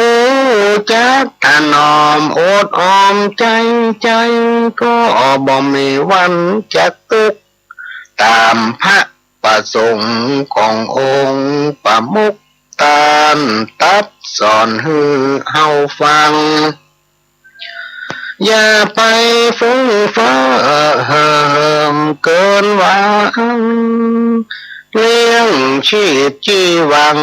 ปลูกฝังเลี้ยงใสก็จะมีกินพอเพียงอยู่ได้บ่เปลืองเงินไปจ่ายซื้อจีนป่าพุทธจาคาบมือก็ลดหย่อนหือพอควรปลูกผักปลูกไม้ไว้ในให้สวนพร้อมกับจักจวนพี่น้องชาวบ้านจะได้แก้ขาดประหยัดรายน้ำถือเอาเป็นงานเสริมกำผ้านุ่งคัวใบอันใดแปลงล้ำบ่จำเป็นต้องไปเอาซื้อแม่นุ่งใจมอกใจใดกับเขาเฮาก็เลือกเอามอกเฮาใจใดบ่ต้องเขือกไผ่คนใดเหนือไปหมู่มีเงินไทยหลายล้าน เฮาอยู่ปอดีบ่มีเกียรติค้านบ่เข้าขั้นทานลำเค็มจักจกใจซื้อฮือเลือกจำเป็นแปลงใจเย็นเย็นก้อยเป็นก้อยสร้างอย่าลับตาฝืนจงมืนตากว้างจักหันแนวทางลงลึงบางคนเดือดร้อนเป็นคนบ่มันขยันคิดแต่ตื่นบางคนก็มีเงินเล็กน้อยเหินตัวเขาเปิ้นเอาตัวเอาบอกกึดที่แจ้งเพื่อมาหูคิงกระเป๋าปอแห้งเฮามีกะแห้งเล็กน้อยถ้าเฮาเล็งหันรายวัน200มันถึงบ่น้อยพอเพียงจีนเฮาบ่นับอย่าฟักลายเฮียงเฮาบ่ออกพอเพียงเลี้ยงครอบครัวได้จะแต่งข้าวสารมากะวอนไว้กับพี่น้องไทยทั่วทิศช่วยแก้ปัญหาช่วยกันมาคนคิดชีวิตต่อสู้วันจ้างขายจ้างกาได้มาแบ่งปันเป็นส่วนเป็นอันมันก็อยู่ได้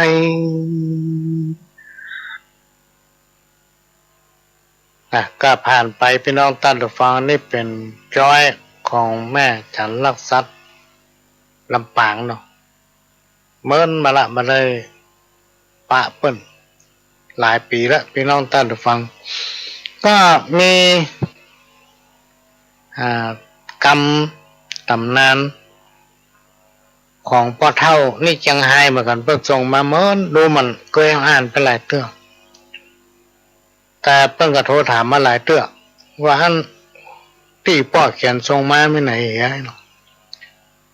เวลาเราอ่านไม่ได้จะบอกฟังเนาะพอมาค้นปาตะกี้เนี่ยพี่น้องท่านผู้ฟังเป็นคำตำนานจากการบอกเล่าของคนเฒ่าคนแก่เพิ่นบอกว่าบัดแต่งลายจะขึ้นกลาง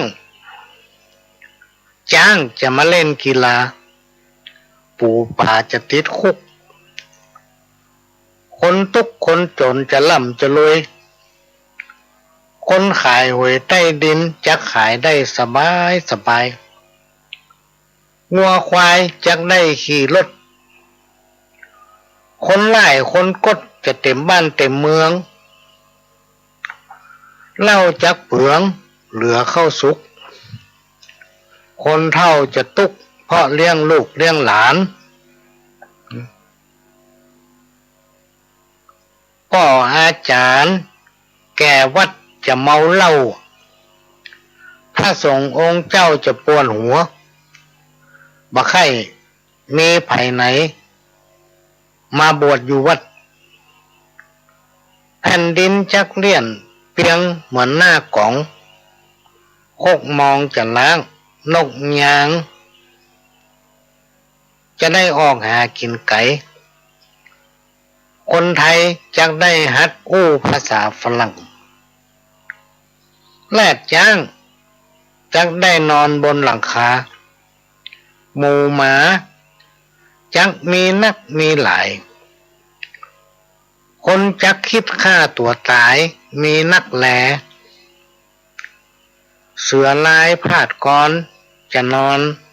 บ้านสาวจะเหี่ยวหาเบาคนทำอาชีพขายข้าวจะรุ่งเรืองคนนุ่งห่มผ้าเหลืองจักเหลือน้อยคนหญิงใจจักซับมึกลายเต็มตัวของกินบ่ต้องทำฝนตกหำก็บ่เปียกควายเผือกจักบ่มีหื้อหันละอ่อนลูกหลานจักออกซ่าห้าจักลงกินแผ่นดิน บ่ใครมีคนเตียวไตคนแก่คนใหญ่จักได้นอนลุ่มคนหนุ่มจักได้นอนบน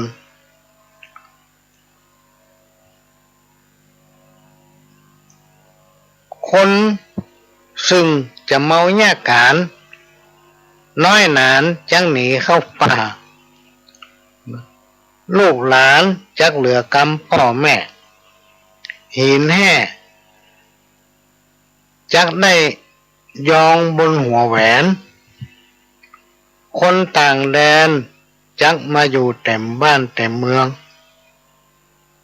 คนจักแย่เพราะกินเหล้า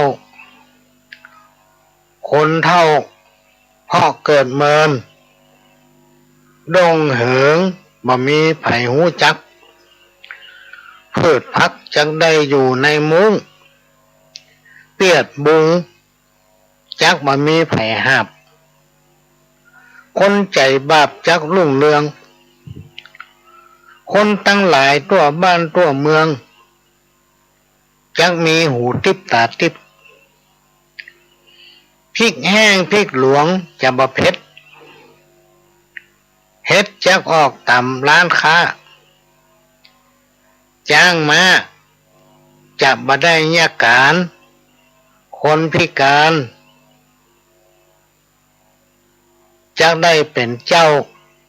คนพ่อคนเฝ้าจักได้เป็นขี้ข้าฝนฟ้าบ่ตกต้องตามฤดูกาลครูเป็นผัวเมียเป็นลูกศิษย์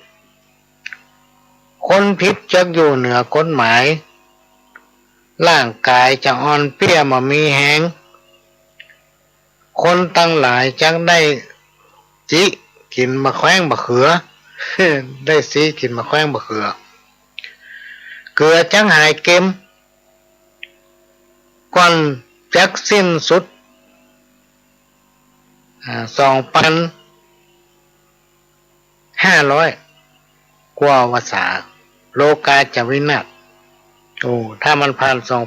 2,565 หรือผ่าน 2,500 นี่ไปเป็น600เนาะ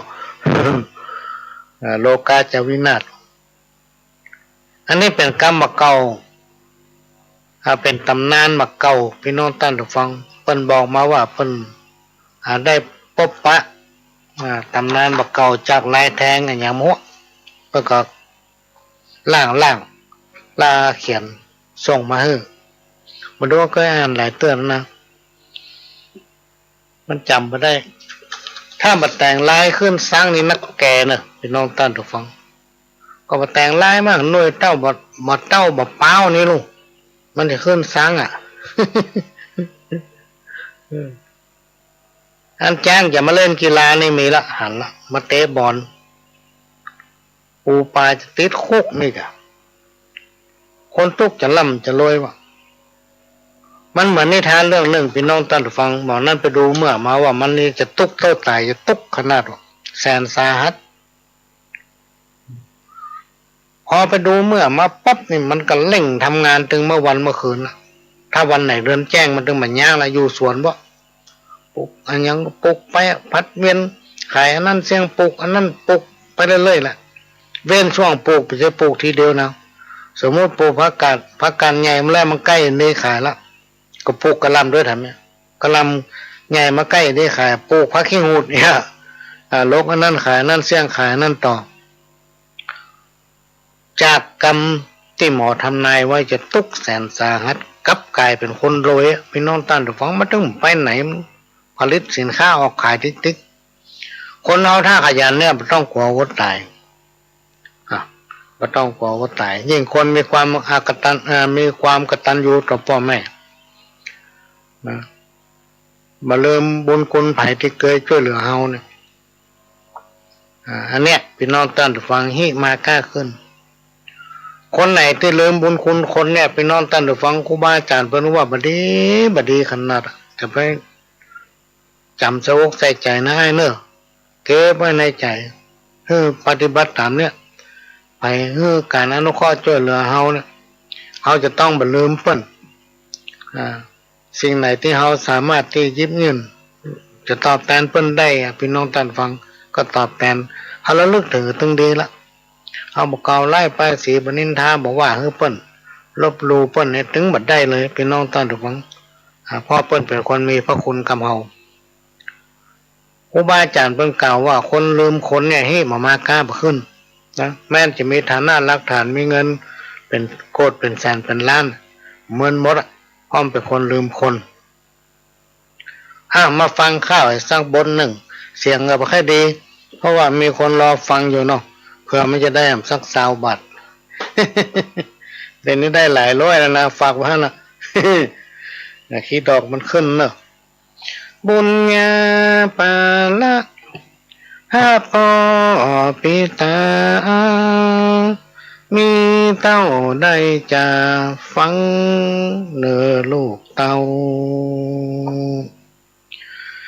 มุนตานล้นเนื้อหัวต่างเก้าเป็นสัตว์บังเงาลมพักต้นโพสไลกิ่งใบมีลักนกหนูย่อมเข้าไปนอนกูลต่อ21กูลแม่12ปีตามาดอนเป็นพระผู้สร้างถ้าเลคุณเขายกเอามาอ้างสุดจะประมาณอ่านคิดป้อยอมมอบกายถวายชีวิตอยู่กับแม่เจ้ามารดามีภรรยาลักบุตรีบุตาต่อไปนี้นะพ่อจักขอสู้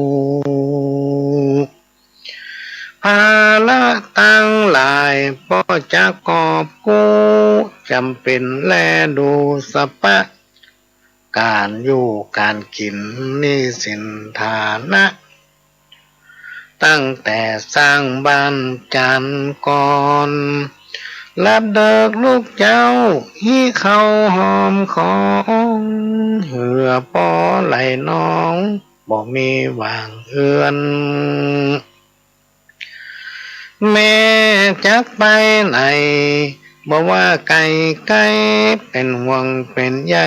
สะปะกลัวเจ็บในใจบ่ไหวสันจะกลัวเกิดลูกน้อยกลางตางอันนี้เป็นพระคุณของพ่อพ่อเนี่ยพี่น้องท่านผู้ฟังมีคุณถึง21ประการเดี๋ยววันหน้าก่อนจะไปถามครูบาอาจารย์แล้วจะมาเล่าให้ฟังประการ1คืออย่างประการที่2คืออย่างนี้นะ ส่วนมากเขาไปที่อื่นเขาจะจ้อยน้อยเดียวนั้น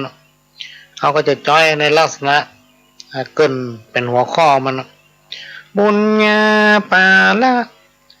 พระปอปิตามีเต้าได้จะขานบอกคือกุลปอ21คุณแม่12ปีตามาดอนเป็นพระผู้สร้างเนี่ยที่จ้อยได้เนี่ยพี่น้องท่านผู้ฟังถ้าใครเคยฟังต่อก็ไปหาวิทยุมาเปิดคนเดียวเต้ยเนาะ เปิดก็ตามใจเต้อแล้วก็พระคุณของแม่นี่ก็ยาวก็ตั้งป่ายมันนะถ้าใครเคยฟังต่อก็ไปหาวิทยุมาฟังคนเดียวแม่นี้เกิดลายตัวนายเกิดตื่นบอกเกิดหาบุญคุณแม่เลี้ยงแม่อุ้มหอบนายนักข้างหนองเปี้ยมแม่ค่อยหอบอุ้มเดินเตียวเลี้ยงใหญ่มาแล้วกลับกลายเป็นงูเขียวบ่ใครเดินเตียวมาหาแม่เจ้า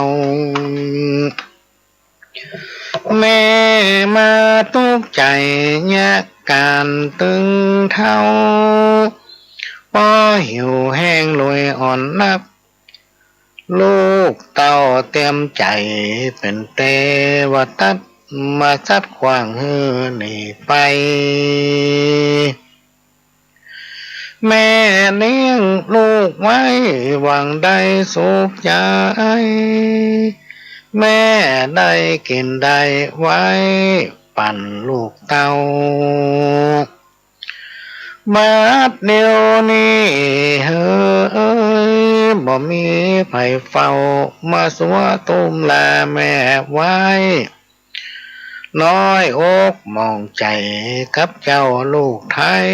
แม่นั่งสีตาให้ถึงวันก็ทอดแม่เลี้ยงลูกเต้าจอมควันแม่หวังสุขบานปอยทุกโศกเศร้าแม่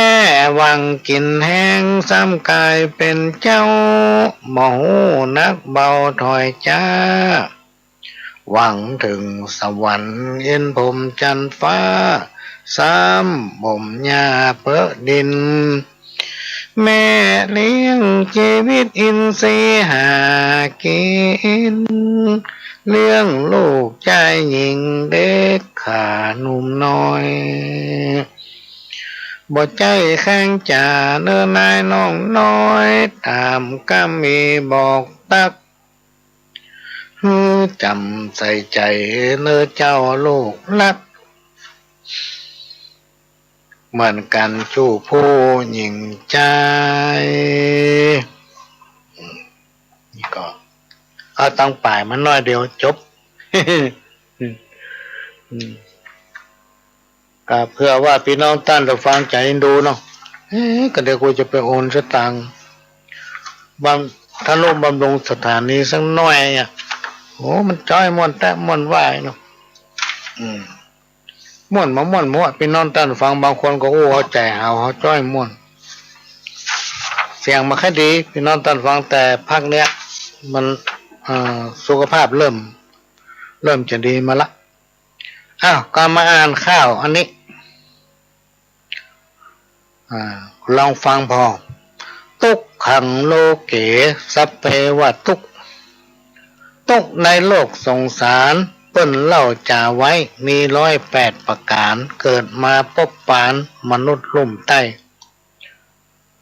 ทุกฮ้อนทุกหนาวเจ็บเป็นห้วยไข้ทุกเป็นหวัดไอกระเพาะทุกน้ำปักตีนทุกเป็นหนี้นักทุกโลกซับจางทุกจมทุกค้างกับลูกกับเต้าทุกอิดทุกหิวคนแก่คนเฒ่าทุกบ่มีแหงอ่อนพักทุกของหนุ่มสาวทุกเรื่องความฮักอกหักบ่ได้วิวาพ่อไม้แม่ห้างทุกอยู่เอกาทุกของเจ้านาขายเข้าบ่ได้ตุกซ่อหากินเลี้ยงต้องเลี้ยงไส้ตุกขายลำไยยากลำตุกเข้าแห้งตายเมืองฝ่ายบ่มีน้ำตุกเมื่อเข้าทำดับไฟตุกกินข้าวแกนตุกแน่นหัวใจตุกเมื่อไปยกใส่บ่มีป่าเข้าตุกบ่มีไผมาแย่กินนึ่งเข้าตักน้ำตุกมีลูกนักตุกมีหลานหลายละวุ่นละวายสัมปีสัมปอกตุกของทหารไล่จับม่านห่อที่ลูกหลานเขตคอยตำรวจสำเน็จบุกจับผู้ร้ายตุกบ่าวบ่ฮักตุกสาวบ่หุมตุกถูกป้นลุมบุบตีเข็นฆ่าตุกที่เป็นลุงบ่มีแม่ป้าตุกไล่เอาอาพี่น้องตุกบ่ได้แต่งย่องควางามตุกจีบนักร้องตุกกิ๊กมาตอมตุกน้องเมียบ่งามตุกยามเมื่อกินข้าวตุกมีผัวขี้เหล้าตุกลูกตุกผัวมัวเมาเล่นพาย ตุกเขาบ่ใช้เงินยืมตุกบ่มีเกลือยามเมื่ออมเมี่ยงตุกหมอเมืองยาหายจ้าตุกขายของเหลืองเป็นตุกแม่ก้ากำให้บ่ได้พุดตื่นตุกใจคนฮักมันแล้วมาขืนตุกกินแกงนอเฮืนปากบืนพื้จื้อตุกของยาจกขอเปิ้นมาฮื้อตุกตุ้ยปุ่มหลามตุกแอวบักแควตุกของผู้นำกำนันแก่บ้านตุกอบต.ก็มีหลายด้านเรื่องการบ้านการเมืองสัปปะสจ.สส.ตุกมีภาระปัญหาต้องใช้สุมสนตุกไข่วันนกสัตว์ปีกมีขนเกษตรตำบลหกเหนือล่องใต้ตุกของหมอรักษาโรคไข้แถววัดไอโรคเกาทุกคนส่งเข้าต้องรับดึกลูกเจ้าทุกลืมมาเข้ายามแหลงตุกมามีถ้วยจ้อนตุกยามเมื่อกินแกงตุกมามีเมียแปงตุกเหงานั่งให้ห้องตุกเป็นห้องตุกเป็นใบตามกันตัวไปจวบปุ๊บตุกทกสตุกใจนี่บ่ครบขายเข้าบ่ได้ราคาตุกหน้าแรงตุกแน่นตุกหนาตุกตอนศรัทธาลืมส่งเข้าวัด ตุกไผ่ตุกมันตึงหนุ่มตึงเท่าตามกรรมคนเฮามนุษย์ตุกยามเมื่อเป็นตุ่มเหมือนรายาก็บ่มุดตุกยามเมื่อห่มผ้ามันขันตุกมนผุ่งนี้ที่ว่าสกันบัดเจ้าเตืองตันเจ้าตุกแห่งข้าตุกใจเป็นครูอยู่เป็นกองทัพหน้าปลูกฝังปัญญาความคิดสอนลูกสอนหลานเก่งกล้ามีฤทธิ์เพื่อคิดล่ำสร้างความดีฮักพี่ฮักน้องฮักศักฮักสียาบ้ายาอีบัดดีเข้าใกล้บัดดีเข้าใกล้อันเนี้ยดูมันเอามาอ่านหลายเตือนละสมัยหลายปีมาละพี่น้องท่านผู้ฟังแต่ว่าเมื่อมากี่วันมาเนี่ยเจ้าของเพิ่นโทรมาถามหามันว่าจะได้พ้องหาประกาศเล่าให้ฟังเนาะโอ้ก็ได้จะค้นหากันเก็บไว้ดีล่ำไปเนาะข้าวทำบนหนึ่งแต่วันนั้นนี่อ่านข้าวจ้อยข้าวเรื่องหัวตายละและมีคนนำต้านหนึ่งเป็นเขียนทรงมาเมียตายละเหมาะวันนี้เขาบอกเมียตายละเอาขอลาตายขอลาก่อนเตอะพี่น้องตั้งหลายจะขอลาไปสู่ยังโลกหน้าพ่อกำเกยแฝงเติมแยงตัวข้าได้ปัดเอาพี่น้องขอลาตั้งตัวแม่ใหม่ยอดมองที่เคยร่วมห้องนอนแยงขอลาโคกพริกหม้อข้าวหุงแกงน้ำพริกตาแดงที่แห้งคำถ้วยขอลาตั้งตัวแม่ใบหน้าสวยลาไปคนเดียวบ่ปิกลาหมอนขี้ไข่แก่นที่ดำมิกลาแผ่วสัตว์น้อยนอนตุยลาตั้งมีดงกจักตอกสานกุยลาตั้งน้ำบุยที่ปากบางขอลาห่อเฮือนที่เคยกึดสร้างขอลาเอวบางห่างแค้วจำเป็นต้องลาไก่จะกาดแก้วขอลาเหมือนแก้วลืมคอนลาไปคราวนี้ สาลีมุงหมอนผ้าปูที่นอนสูดและผ้ากังบ่ใจตัวข้าอายุด่วนสั้นพ่อกำมาตันไข่ครบ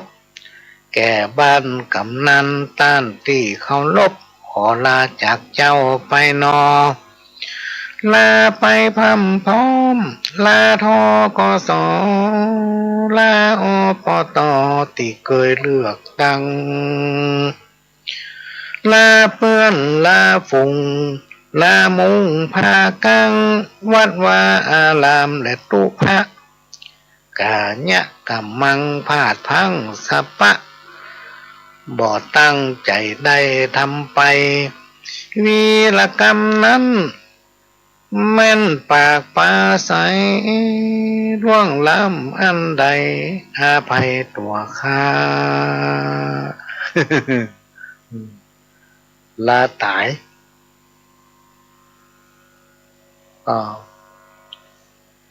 ฟังแล้วก็มองใจมากันเนาะพี่น้องท่านผู้ฟังมองใจ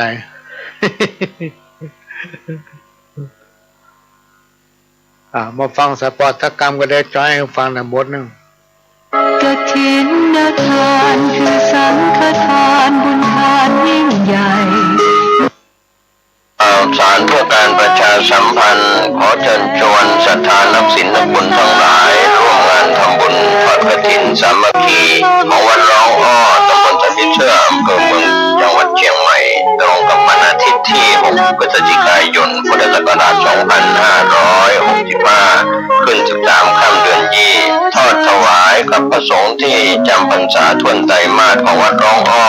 เวลา 9:30 นาทีเป็นต้นไปขอเชิญชวนร่วมงานบุญกฐินสามัคคีของวัดร้องอ้อตำบลสันติเชื่ออำเภอเมืองเชียงใหม่จังหวัดเชียงใหม่ตรงกับวันอาทิตย์ที่ 6 พฤศจิกายน 2565 ช่วงเช้า 9:30 นาทีได้บุญได้กุศลโดยพร้อมเพรียงกันเวลาสร้างมนุษย์สมบัติสวรรค์สมบัตินิพพานสมบัติเพิ่มพูนสันก็มาฟังข้าวต่ออันนี้เป็นข้าวก้อมแสนกำว่าฮักล้านกำสิเนหาบทเท่าคำลาที่นายตัดคอมเปรียบเหมือนปูป่ามาโดนใส่ซ้อม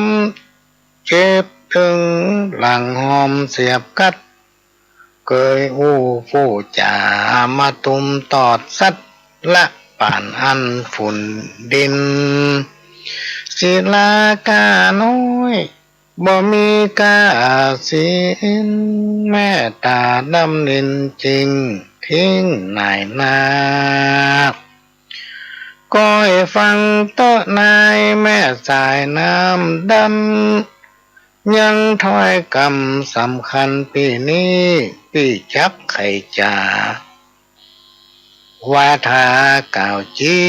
จริงใจเนื้อนายยะดีสุดแรงน้องพอบ่หันอีดการถึงวันบานเล่าความดีตั้งหลายบ่ไม่สอบสู้บ่หุมพอดูแบบนี้อันเรื่องแหลกเหลวเต็มว่าลบอีกนี้ยังบุบุญจีหามาเนี่ยดีสุดแรงคนเขาบาจาเนี่ยบดีเตื้อเดียวนาคนหรือตัวบ้าน อันนี้มันมีแต่หรอกพี่น้องท่านทุกฟังทำไปเถอะนะจะไปให้มันพลาดถ้าพลาดไปเตื้อนะพี่น้องท่านทุกฟังมันเป็นลบล้างความดีที่เราทำหมดเหลือสักหน่อย ครูบาอาจารย์เป็นว่าอันนี้คนเท่ามาเก่าเพื่อนเขียนส่งมาเฮ้เมินพี่น้องท่านทุกฟังเขาก็มาตองบอกโอ้มันมีแต่รัฐบาลเรื่องที่เป็นห้ามเป็นว่ามันบดี จะไปยุ่งจะไปเนี่ยถ้าเอาไปยุ่งไปเนี่ยมันน่ะพี่น้องท่านผู้ฟังไปเกี่ยวข้องกับมันไปเสพไปกินเนี่ยเป็นอันตรายต่อตัวเก่าอยู่ในก็เป็นสุขนะเป็นห้าว่าเสียกล้าของคนไปละเสียความเป็นคนไปละเกิดมาเอาจาดห่วมเปิ้นบ่ได้เรียกว่าเสียจาดเกิดอัญญาเสพติดมีพิษเหลือหลายมันล้างทำลายตึงบ่เลือกหน้าขอวิงวอนพี่น้องเจ้าค่ะอย่าตกเป็นทาสของมันถ้าโดนจับแล้วมีโทษมหันต์หลายปีเดือนวันโดนขังคอกกวางเว้นไก่กายมาใจอู้แกงลูกฮักจอมแปงปวดหูหันตัวอย่างมากหลายปัจจัยหมูอย่าไปจื่นสู้จิ้มลองถ้าติดมันแล้วบอกแก้วมนมอง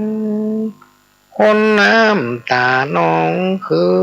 พ่อแม่เจ้าขอร้องลูกหลานอย่าหันหน้าเข้าเพื่อออกมาเหี่ยบวยถ้าติดมันแล้วอย่ามัวนิ่งเฉยขใจเว้ยอย่าไปแตะต้องบ่ใจของดีที่ควรเกี่ยวข้องของอื่นมีเยอะแยะอย่างเช่นกีฬา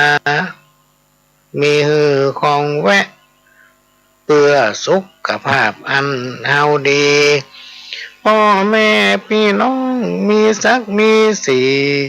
ลูกหลานเป็นคนดีมีตามีนาอย่าไปยุ่งกับสิ่งบดีเพิ่นว่าบดีก็จะไปใกล้พี่น้องท่านผู้ฟังสมัยก่อนนี่ถ้าคนเฒ่าคนแก่เพิ่นบอกว่าเป็นหยังเด้อมันบ่ดีนะเฮาบ่ใกล้ละแล้วเราเดี๋ยวเอาลองไปบองเขาย้อนเขาละมันเป็นจะได้ มันบ่ดีมันเป็นจะได้อ่ะถามว่าจะมาเข้าใจหรอกนะอันนี้ก็เอามาจอยมานี่ฟังตอนนี้คนได้ปากันเด้อพี่น้องท่านฟังก็จะพยายามทุกคืนวันพัดเอามาจอยให้ฟังเนาะจะมันน้อยที่สุดอ่ะ ก็ขณะนี้พี่น้องท่านฟังก็กำลังรับฟังรายการสาระสปะรายงานปันเรื่องจากทางสถานีวิทยุกระจายเสียงพระพุทธศาสนาชาติและสังคมขึ้นเพื่อการศึกษาพุทธศาสนาและวัฒนธรรม FM 104.50 เมกะเฮิรตซ์วัดไฟหินซึ่งเป็นสถานีของพี่น้องคนฟังทุกท่านเป็นเจ้าของเนอะพี่น้องท่านผู้ฟังช่วยกันคนเล็กและน้อย10 บาท20 บาทโอนไปที่ธนาคารไปที่ธนาคารกสิกรไทยสาขาถนนสุเทพไปที่ธนาคารไหนก็ได้พี่น้องท่านผู้ฟังว่าขอโอนเงินให้แม่คำต้อยแม่จะเอาธนุบำรุงสถานีเพื่อจะได้ซ่อมบำรุงสถานีนะอันไหนบดีเพื่อได้ซ่อม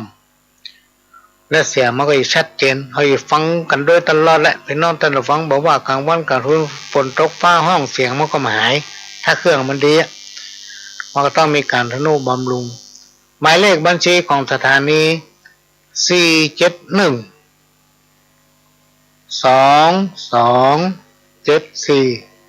927ธนาคารกสิกรไทยเนอร์สาขาถนนสุเทพถ้าพี่น้องท่านฟังบอกหมายเลขให้เพิ่นมันดึงโชว์ในจอเพิ่นนั่นนะก็ช่วยกันคนละเล็กละน้อยพี่น้องท่านฟังเขาจะได้ฟังกันไปมันนะฟังกันไปมันเอาจนใกล้นะกูต้องฟังละกูใกล้ เนี่ยก็ต้องขอบคุณพี่น้องท่านคนฟังไหว้สานมัสการขอบพระคุณเถระครูบาอาจารย์ที่ฟังรายการขยมเก่าและให้กำลังใจมานะก็จะพยายามนำโมสาราสปะเนี่ยมาเล่าสู่กันฟังพี่น้องท่านฟังล่ำมีการสงวนลิขสิทธิ์นะบ่มีการสงวนลิขสิทธิ์ท่านจะเอาไปใจเอาไปจ้อยจะเอาไปเงี้ยได้ก็แล้วแต่เป็นสิ่งที่ มอบเพิ่มก็มีพ่ออาจารย์หลายวัดเมื่อที่ผ่านมานี่ก็มีป้นหนาในอย่างจำชื่อผมได้ตังรอยข้อตังอย่างในเปิ้นกับมาโอ้ฟังว่าผมจะนั่นไปพิมพ์เผยแพร่เนอะผมจะนั่นไปโอ้เนอะเวลาผมไปทำพิธีอันนี้ผมจะอ้างเอากรรมเนี่ยเนอะไปโอ้ได้การได้กล่าวไปเถอะถ้าทำดีมีประโยชน์เปลี่ยนเปลี่ยนไผ่พี่น้องท่านฟังเอาไปใช้ได้หมดนะมันมีข่าวเรื่องนึงว่าจะมาอ่านเรื่องฟังกับท่าอย่าบัดตันแล้วนะเวลามันยังน้อยเดียวมีคนขอฟังมาเนาะ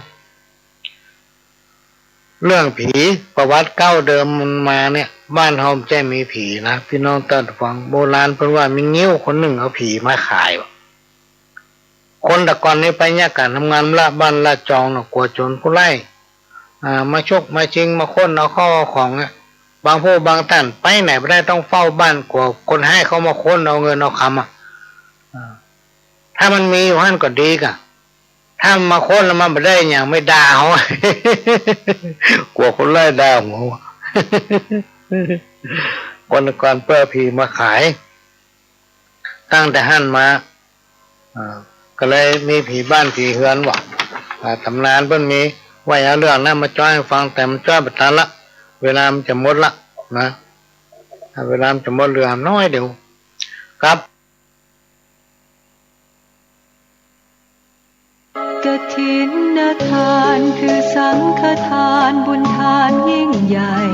1 เดือนข่าวสารเพื่อการประชาสัมพันธ์ขอเชิญชวนศรัทธานักศิลนักบุญทั้งหลายร่วมงานทำบุญทอดกฐินสามัคคีของวัดร้องอ้อตำบลสันพิเชื่ออำเภอเมืองจังหวัดเชียงใหม่ตรงกับวันอาทิตย์ที่6พฤศจิกายนพุทธศักราช2565ขึ้น13ค่ำเดือนยี่ทอดถวายกับพระสงฆ์ที่จำพรรษาทวนไตรมาสของวัดร้องอ้อเวลา 9:30 นาทีเป็นต้นไปขอเชิญชวนร่วมงานบุญกฐินสามัคคีของวัดร้องอ้อตำบลสันพิเชื่ออำเภอเมืองเชียงใหม่จังหวัดเชียงใหม่ตรงกับวันอาทิตย์ที่6พฤศจิกายน2565ช่วงเช้า 9:30 นาทีได้บุญได้กุศลโดยพร้อมเพรียงกันเวลาสร้างมนุษย์สมบัติสวรรค์สมบัตินิพพานสมบัติเพิ่มพูนขณะนี้พี่น้องท่านผู้ฟังก็กำลังรับฟังรายการสาระสัพพะสารธรรมกรรมเก่าจากทางสถานีวิทยุ FM 104.50 เมกะเฮิรตซ์วัดไฟหินสถานีพระพุทธศาสนาแห่งชาติและสังคมขึ้นเพื่อการศึกษาพระพุทธศาสนาและวัฒนธรรมวัดไฟหินตั้งอยู่ตำบลสุเทพอำเภอเมืองจังหวัดเชียงใหม่หลังมช.เนอะพี่น้องท่านผู้ฟังและก็ได้รับการอนุเคราะห์เมตตาจากท่านผู้อำนวยการสถานีวิทยุล้านนาเชียงใหม่สถานีวิทยุขึ้นพัฒนาคุณภาพชีวิต FM 92.25 วัดหลวงประแดงมหาวิหารสถานีวิทยุ FM 98.75 ขึ้นธรรมะของชุมชนบ้านห้วยตองซักตำบลควางเปาอำเภอจอมทองจังหวัดเชียงใหม่สถานีวิทยุมนต์เสียงธรรม 106.25 วัดบุพารามอำเภอแม่แจ่มจังหวัดเชียงใหม่โดยได้รับการอนุเคราะห์เมตตาจากท่านผู้อำนวยการสถานีได้เมตตาอนุเคราะห์ลิงก์เอาสัญญาณเสียงรายการนี้เผยแพร่สู่พี่น้องท่านผู้ฟังถึงบ้านถึงจองก็มาเปลี่ยนบรรยากาศให้พี่น้องท่านผู้ฟังเป็นคู่เป็นเกมกัน